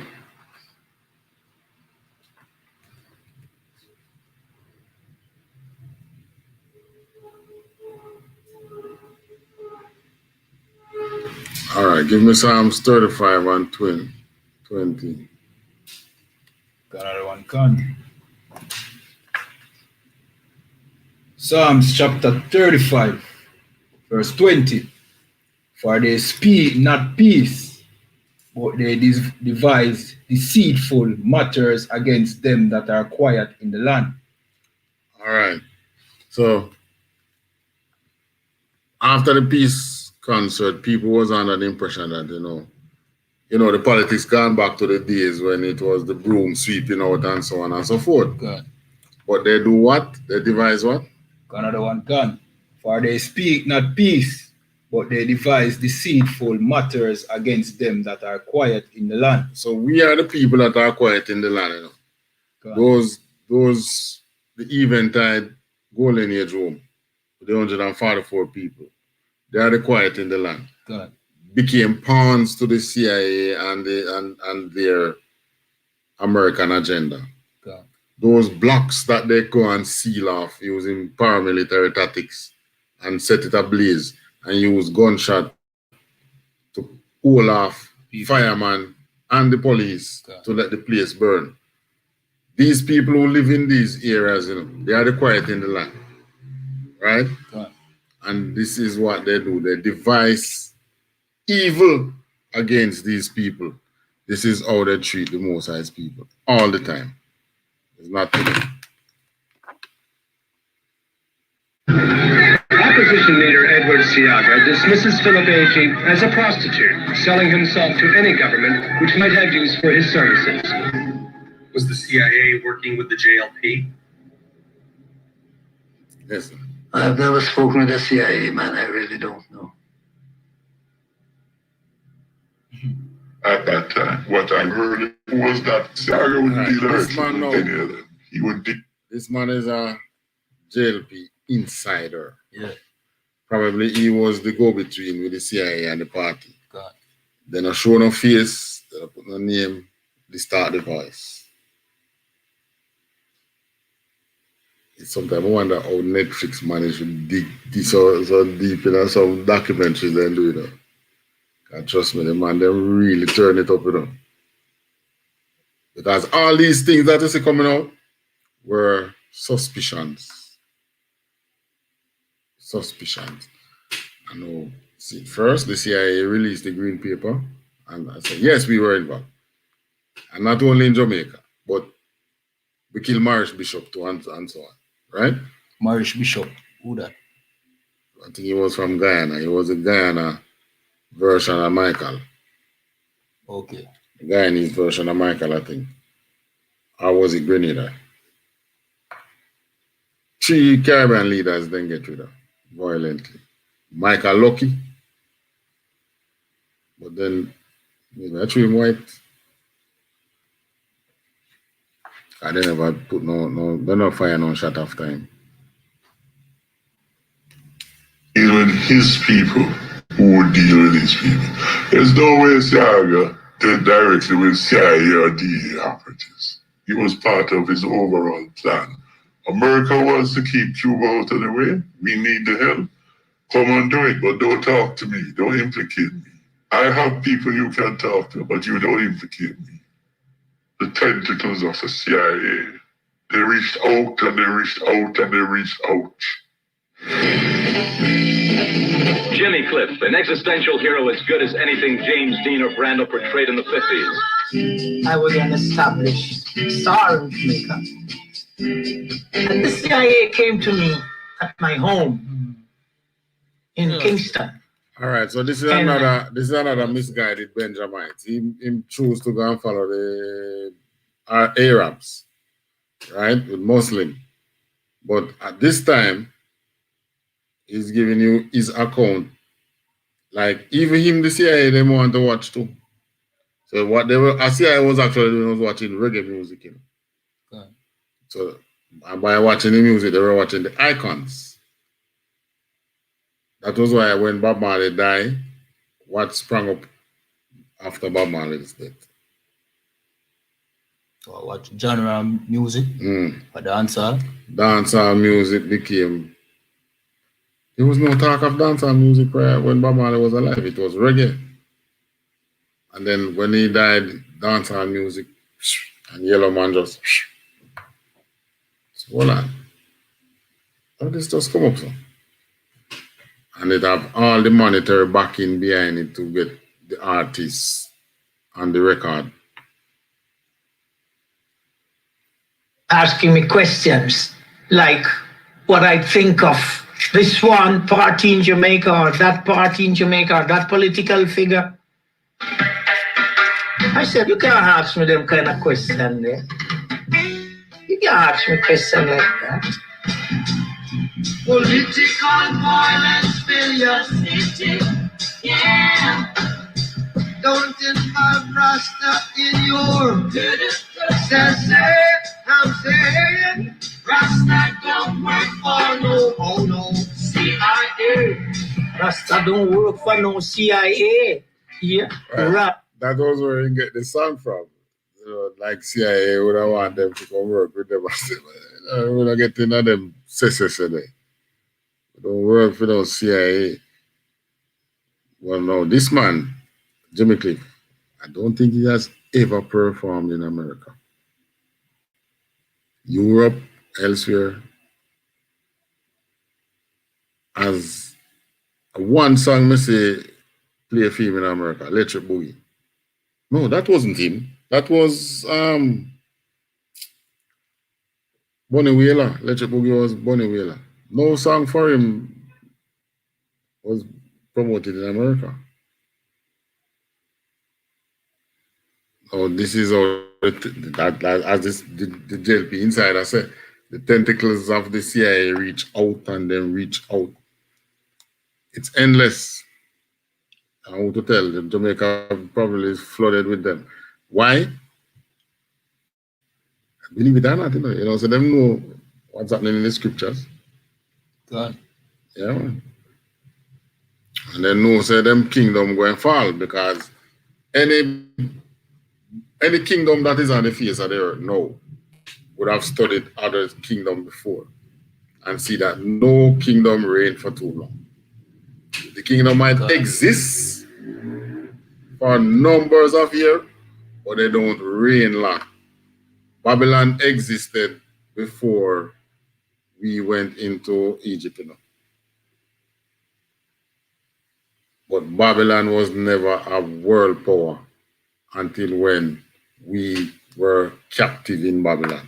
God. And that is hundreds of years after Egypt. When we left Egypt, Egypt mashed up. While we were in ancient Babylon, it split. The Medes and the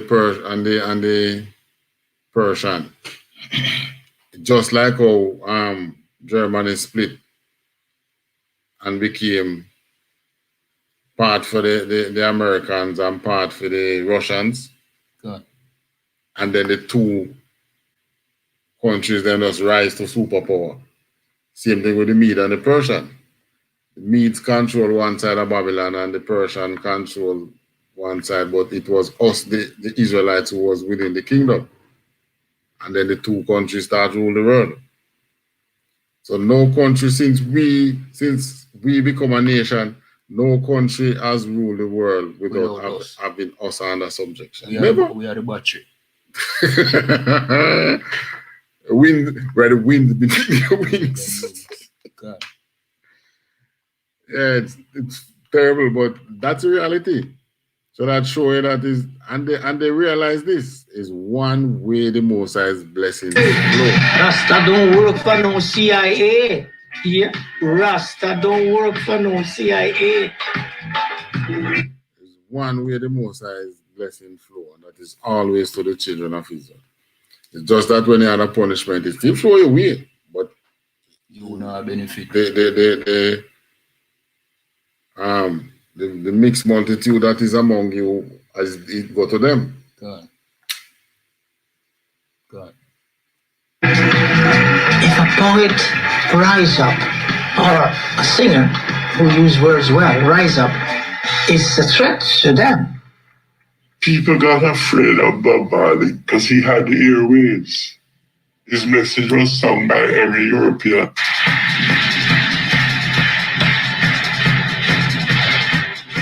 By 78, Bob was a superstar. He took me on a tour to Europe. And then I realized this is how they really treat him. I mean, there are police riders in Paris going to the walls of Germany and seeing soldiers put down their arms, seeing people just crying and weeping, seeing people fainting before a concert starts. I mean, people bring their babies and asking, can you just touch the baby for me? This was the absolute height of his fame. All right. No, just like idolatry, eh? Worship him. God. Maybe next time we got the Bob Marley statue, you know, don't be surprised if you see two of them right there bowing down to the statue. Yeah, it happened already. I feel them God, you know. Yeah, man. Him come like white Jesus, you know. Exactly. See? God.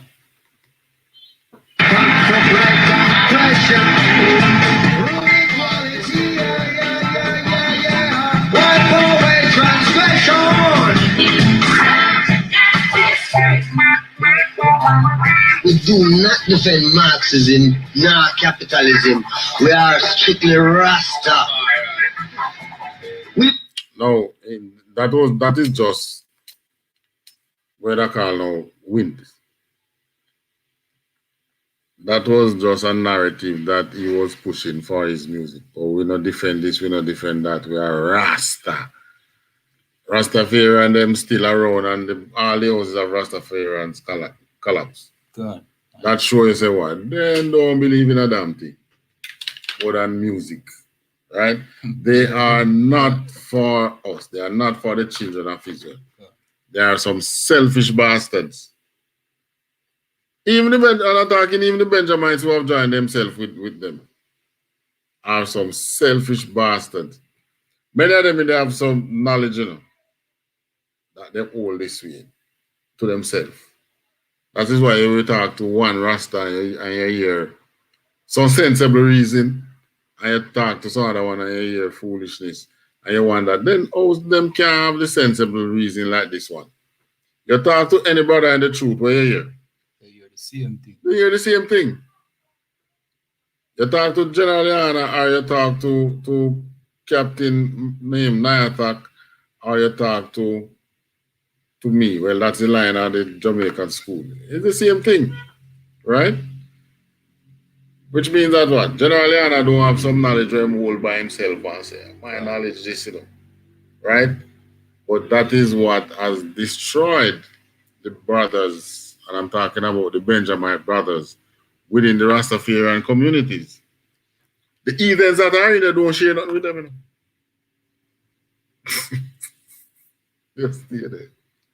Rasta is a freestyle religion, you know what I mean? Yeah, just like the DJ will get up on DJ and write the lyrics. Same way, freestyle. It's just freestyle. Rasta is what you want it to be. Whatever you want it you to understand? Because you have Rasta where a gunman, you kill people. You have Rasta where devote Rasta and believe in the, you know what I mean? Yeah, Rasta will tell us you can't poke. You have Rasta where believe in the Bible. You have Rasta where believe say no, the Bible for burn. You know what I mean? Rasta now have no foundation was sturdy. Rasta is just... There was a time when they used to read the Bible a lot. God. But from then start to push the narrative, burn the Bible. You notice them have no sense of reasoning. Gone. When they were pushing the Bible, the most I was, you know, probably smiling with them a little, tweaking off little knowledge to them. I can hear it in the songs, the earlier Rasta songs. What are the songs that are being pushed now? No sense. Gone. Could be the work of the CIA too. Independent. We don't have America to go and beg anything, nor Russia to beg anything. We prefer stand up on our own self, which is Rasta, black people rights. Nothing mattered more to Bob than Jamaica. And he was yearning to go back. But he knew that he couldn't go back home because it was too risky. It was way too dangerous.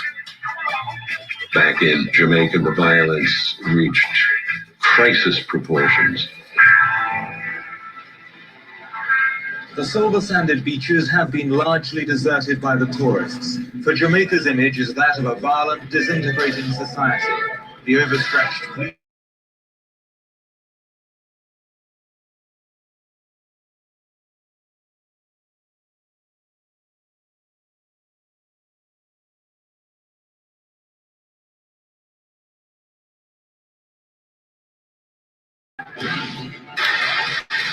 The later 1970s were really... Yeah, gunshot a bit. They not tell us the real battle was there. What you have now is some nonsense. So man a shoot out in the street, really shoot out them there. That was the cowboy style that the Americans teach us. The Jamaican version of the cowboy style, as the person that put it. Moment when hope gave way to despair. It was, for example, the Orange Lane fire, in which an old people's home was set afire and gunmen shot. All right. Eventide, which I mentioned, you know. Right. But you know, say eventide. Old people's home was set on fire. All for the purpose of undermining the government at the time. At the firefighters who tried to put out the flames. There was a level of brutality to the political violence that no one had ever seen.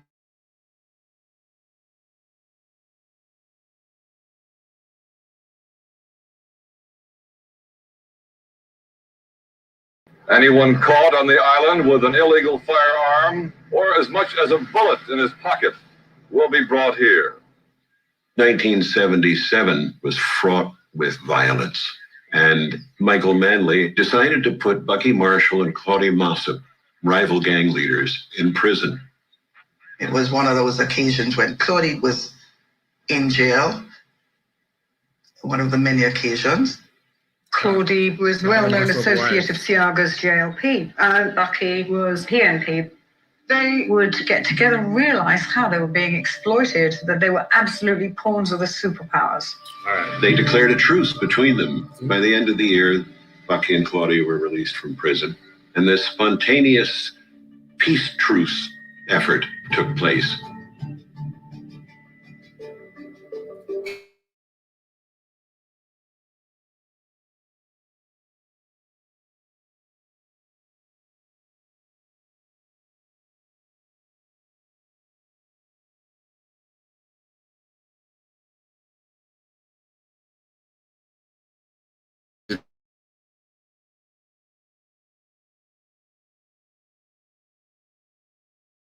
That song. This one have a gun, that one have a gun. This one have a gun, that one have a gun. And when it busts, Babylon drop or whatever drop. And then he said, they're talking about the peace treaty. And I tell them it wouldn't worky. You need to know the part. You see that all of them songs when you hear revolutionary songs was what was really happening in the country. You can listen to them and learn from them. Them tell you a lot. It's about this peace treaty that they were trying to bring about, which the Bible let you know that came up with the idea of the One Love concert. There had to be a coming together, and so there had to be somebody at the center of that to make it happen.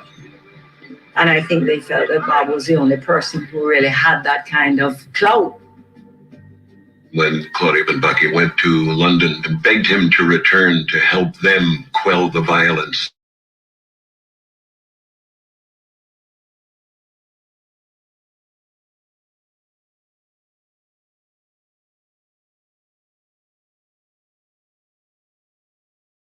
Grew up in the same community, and they were boys together. They kept their friendship all along. Bob's message of peace was so with music, as he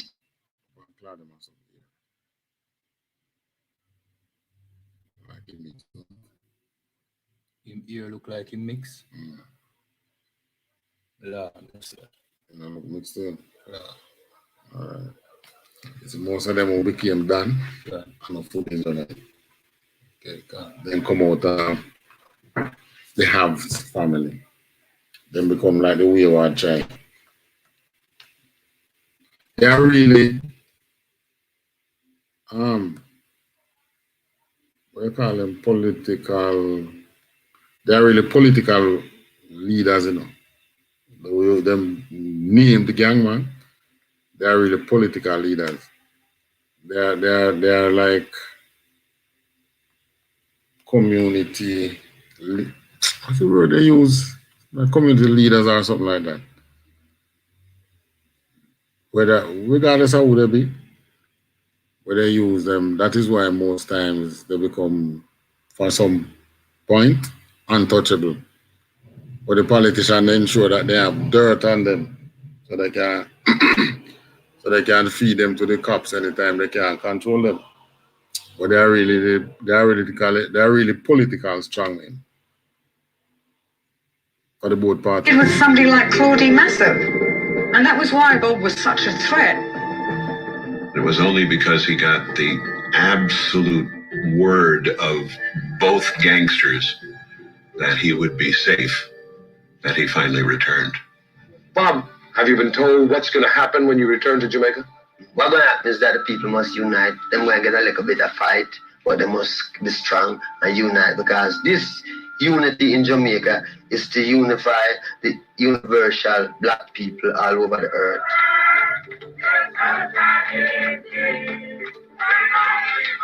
It was just such an exciting time for everybody in the country, because many of these people...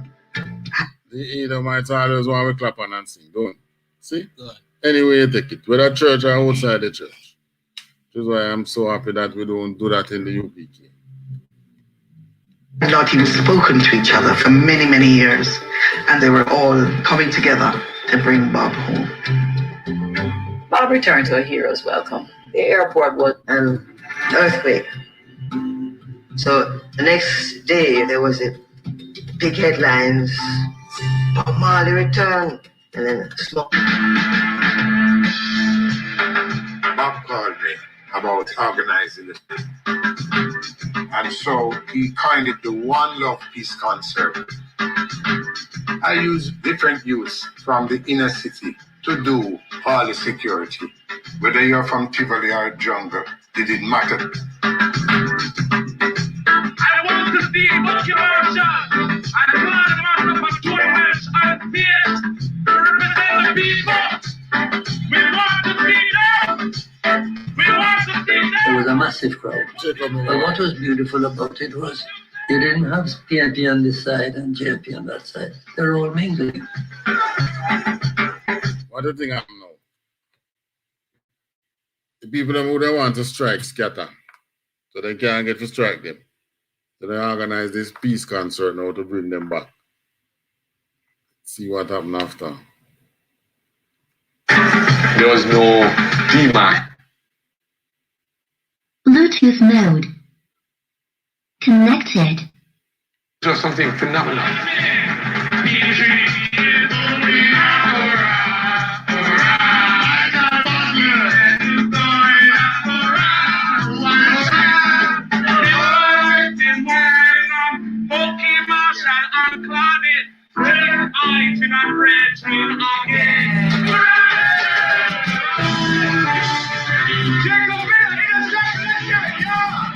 Now, this is how we as a people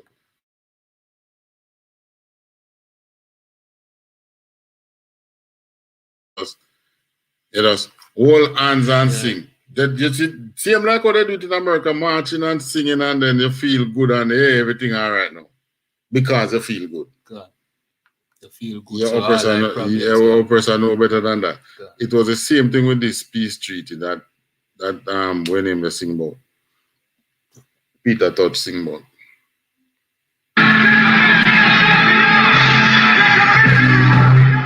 And after a long night of musical fabulousness, at about 2 a.m., Bob came on stage.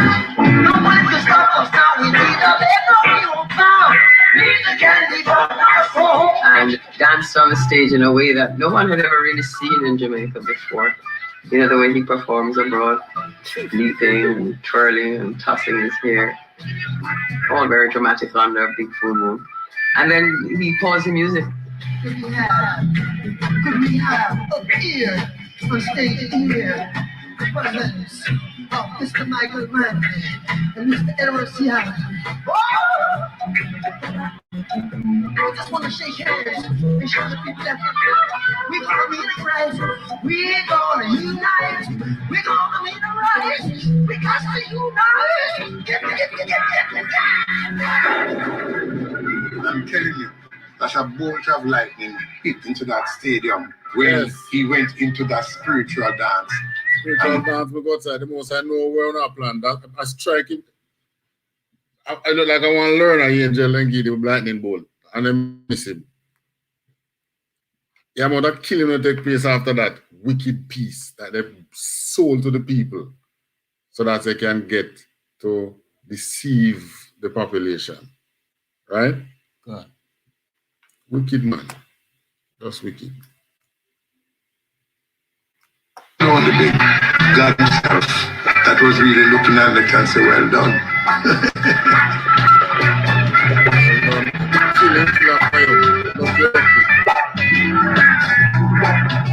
Bob called up Mr. Edward Siaga first, and then he called up Mr. Michael Mann. It took a little time because I guess he was contemplating, boy, is this a good idea or not to go on stage with my arch rival? But he couldn't refuse. We didn't know that he'd be called upon the stage, or that man would have been called upon the stage. What was supportive of a mission that was not divisive. And you could just feel him willing to manifest these people to bring about the peace and stop the bloodshed. In trying to unite these two parties, Bob knew that he was setting himself as a target, but he was going to risk his own life to come back and unite the people. And he held their hands aloft in a benediction to Rastafari. The moment was compared to Christ on the cross between the two fields. That was the night Bob went from showman to shaman.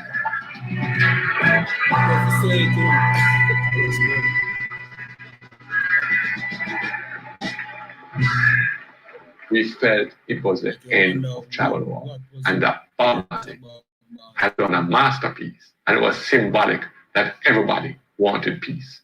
To say that there was suddenly peace all over the land, no. He tried to bring peace, but he couldn't bring no peace. After the One Love Peace concert, Jim Brown showed up to Bob's place on Hope Road to deliver some of the money from the ticket sales. Jim Brown was the most powerful Don in the ghetto. His garrison was Tivoli, but was henchman for the whole JLP. One of my most important informants, Trevor Phillips, was with Bob when Jim Brown showed up.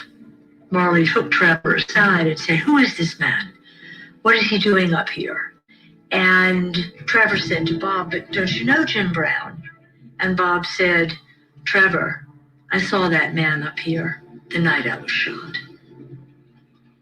I remember once having a little meeting with some fellas in which Jim Brown was present. And we were in a back room time. Nobody was supposed to know Jim Brown was here. What he said basically was that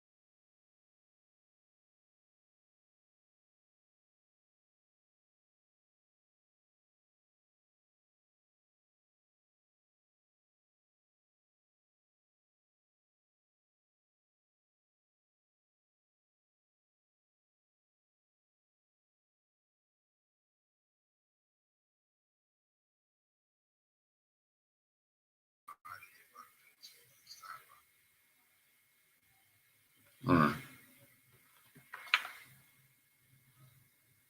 All right, Shalom.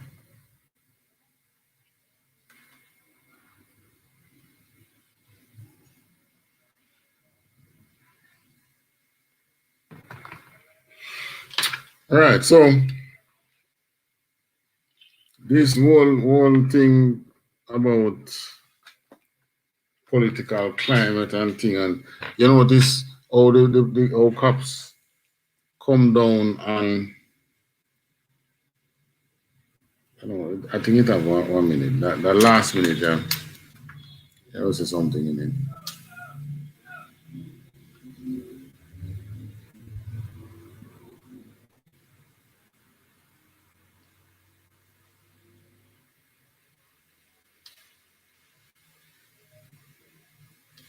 This, but one of the tragic ironies of the One Love Peace concert was that, as I learned from one of my sources, is not peace we are dealing with here, is pieces, meaning firearms.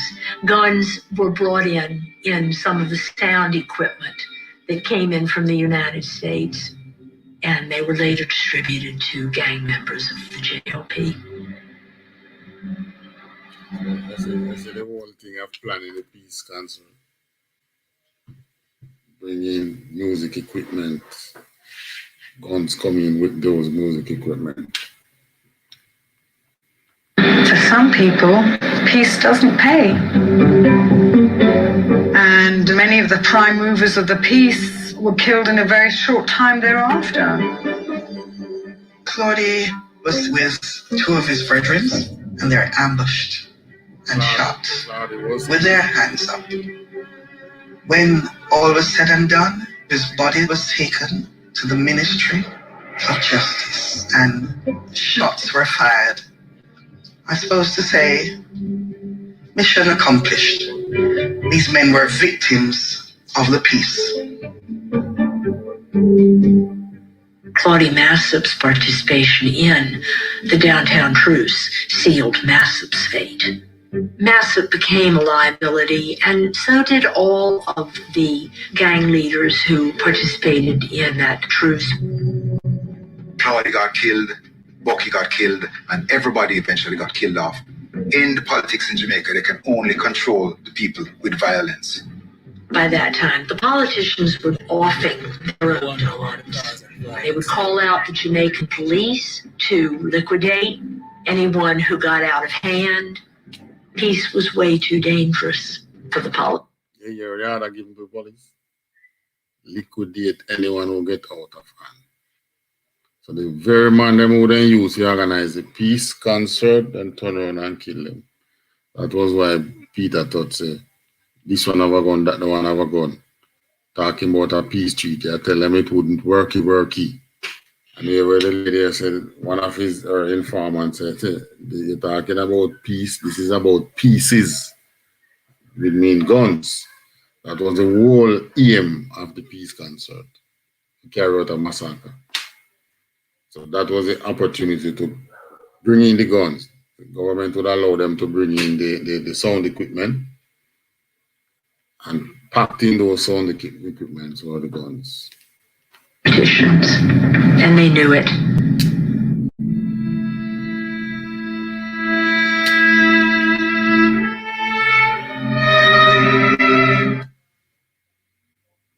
All right.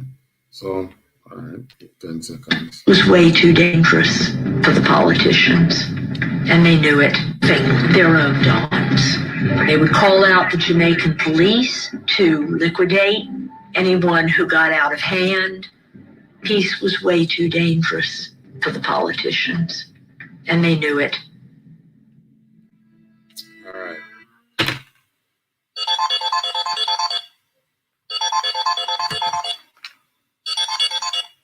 Shalom, Ken.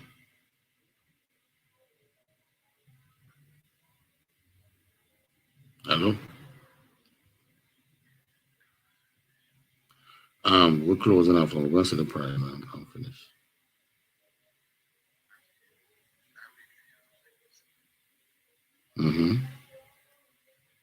Cancel. It's finished. The video finished.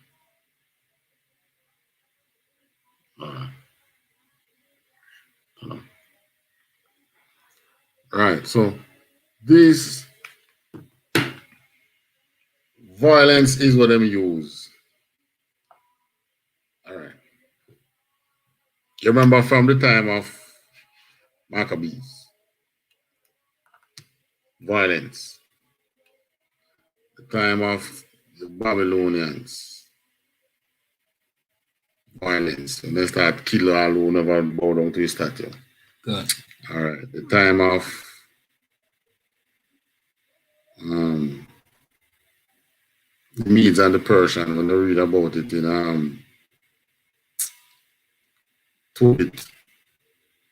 Tobit used to hide and bury those who were killed in the street. Violence. So these politicians nowadays obviously read the old narratives, and say violence use control these people is not peace. Right? Hence the crime and violence in Jamaica. All right, and with that we pass the class over to Peace and Officer. Officer Kayago. Wrap it up.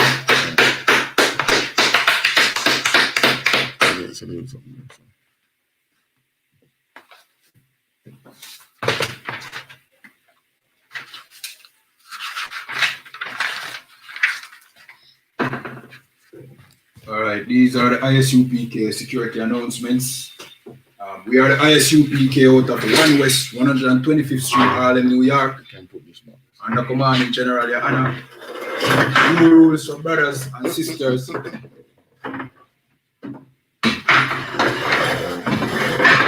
New rules for brothers and sisters. When a brother or a sister comes into the school, they are off limits.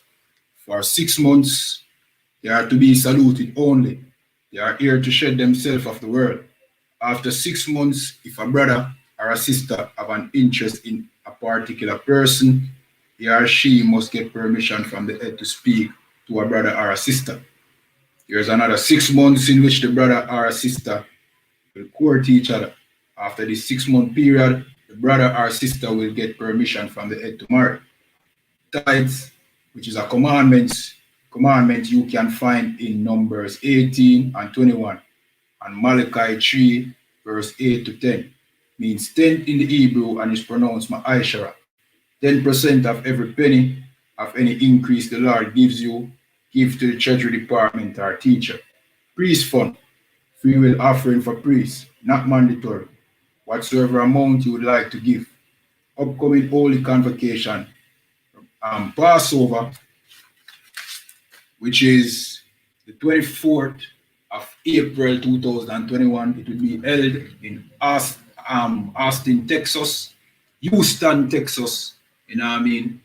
Yeah, man. So $200 per ticket. You know what I mean? If you can make the trip, you know what I mean? Please do so. The players ranch, Slovakia. You can check isupk.com for the exact address. You know what I mean? You can find this, well, the Passover is the 14th day of the first month, Thursday, April 9th, Slovakia, Thursday, April 9th. You can find it in Exodus 12, verse 1 to 51, Leviticus 23, 4 to 5, 1 Corinthians 5, 7 to 8, and 2 Chronicles 30 and 17. Reminding Akyam and Akwatiam to check on social media such as isupk.com, Facebook, Twitter, YouTube, and so on for ISUPK events and materials. If a brother wants to be a trooper in the school, then he is to start wearing all black, which includes black boots, shirts, pants, headband, or scarf. And with that, we will say the Lord's Prayer in Hebrew. Salute. Go past the time. All right, so we're just going to salute the teacher, Amarjum, which means to stand. One courtesy salute to the teacher, Amarjum Shabbat, Amarjum Barak, Yahweh Bashem Yahweh Brakata. Yahweh Bashem Yahweh Brakata. Yarmata, class dismissed.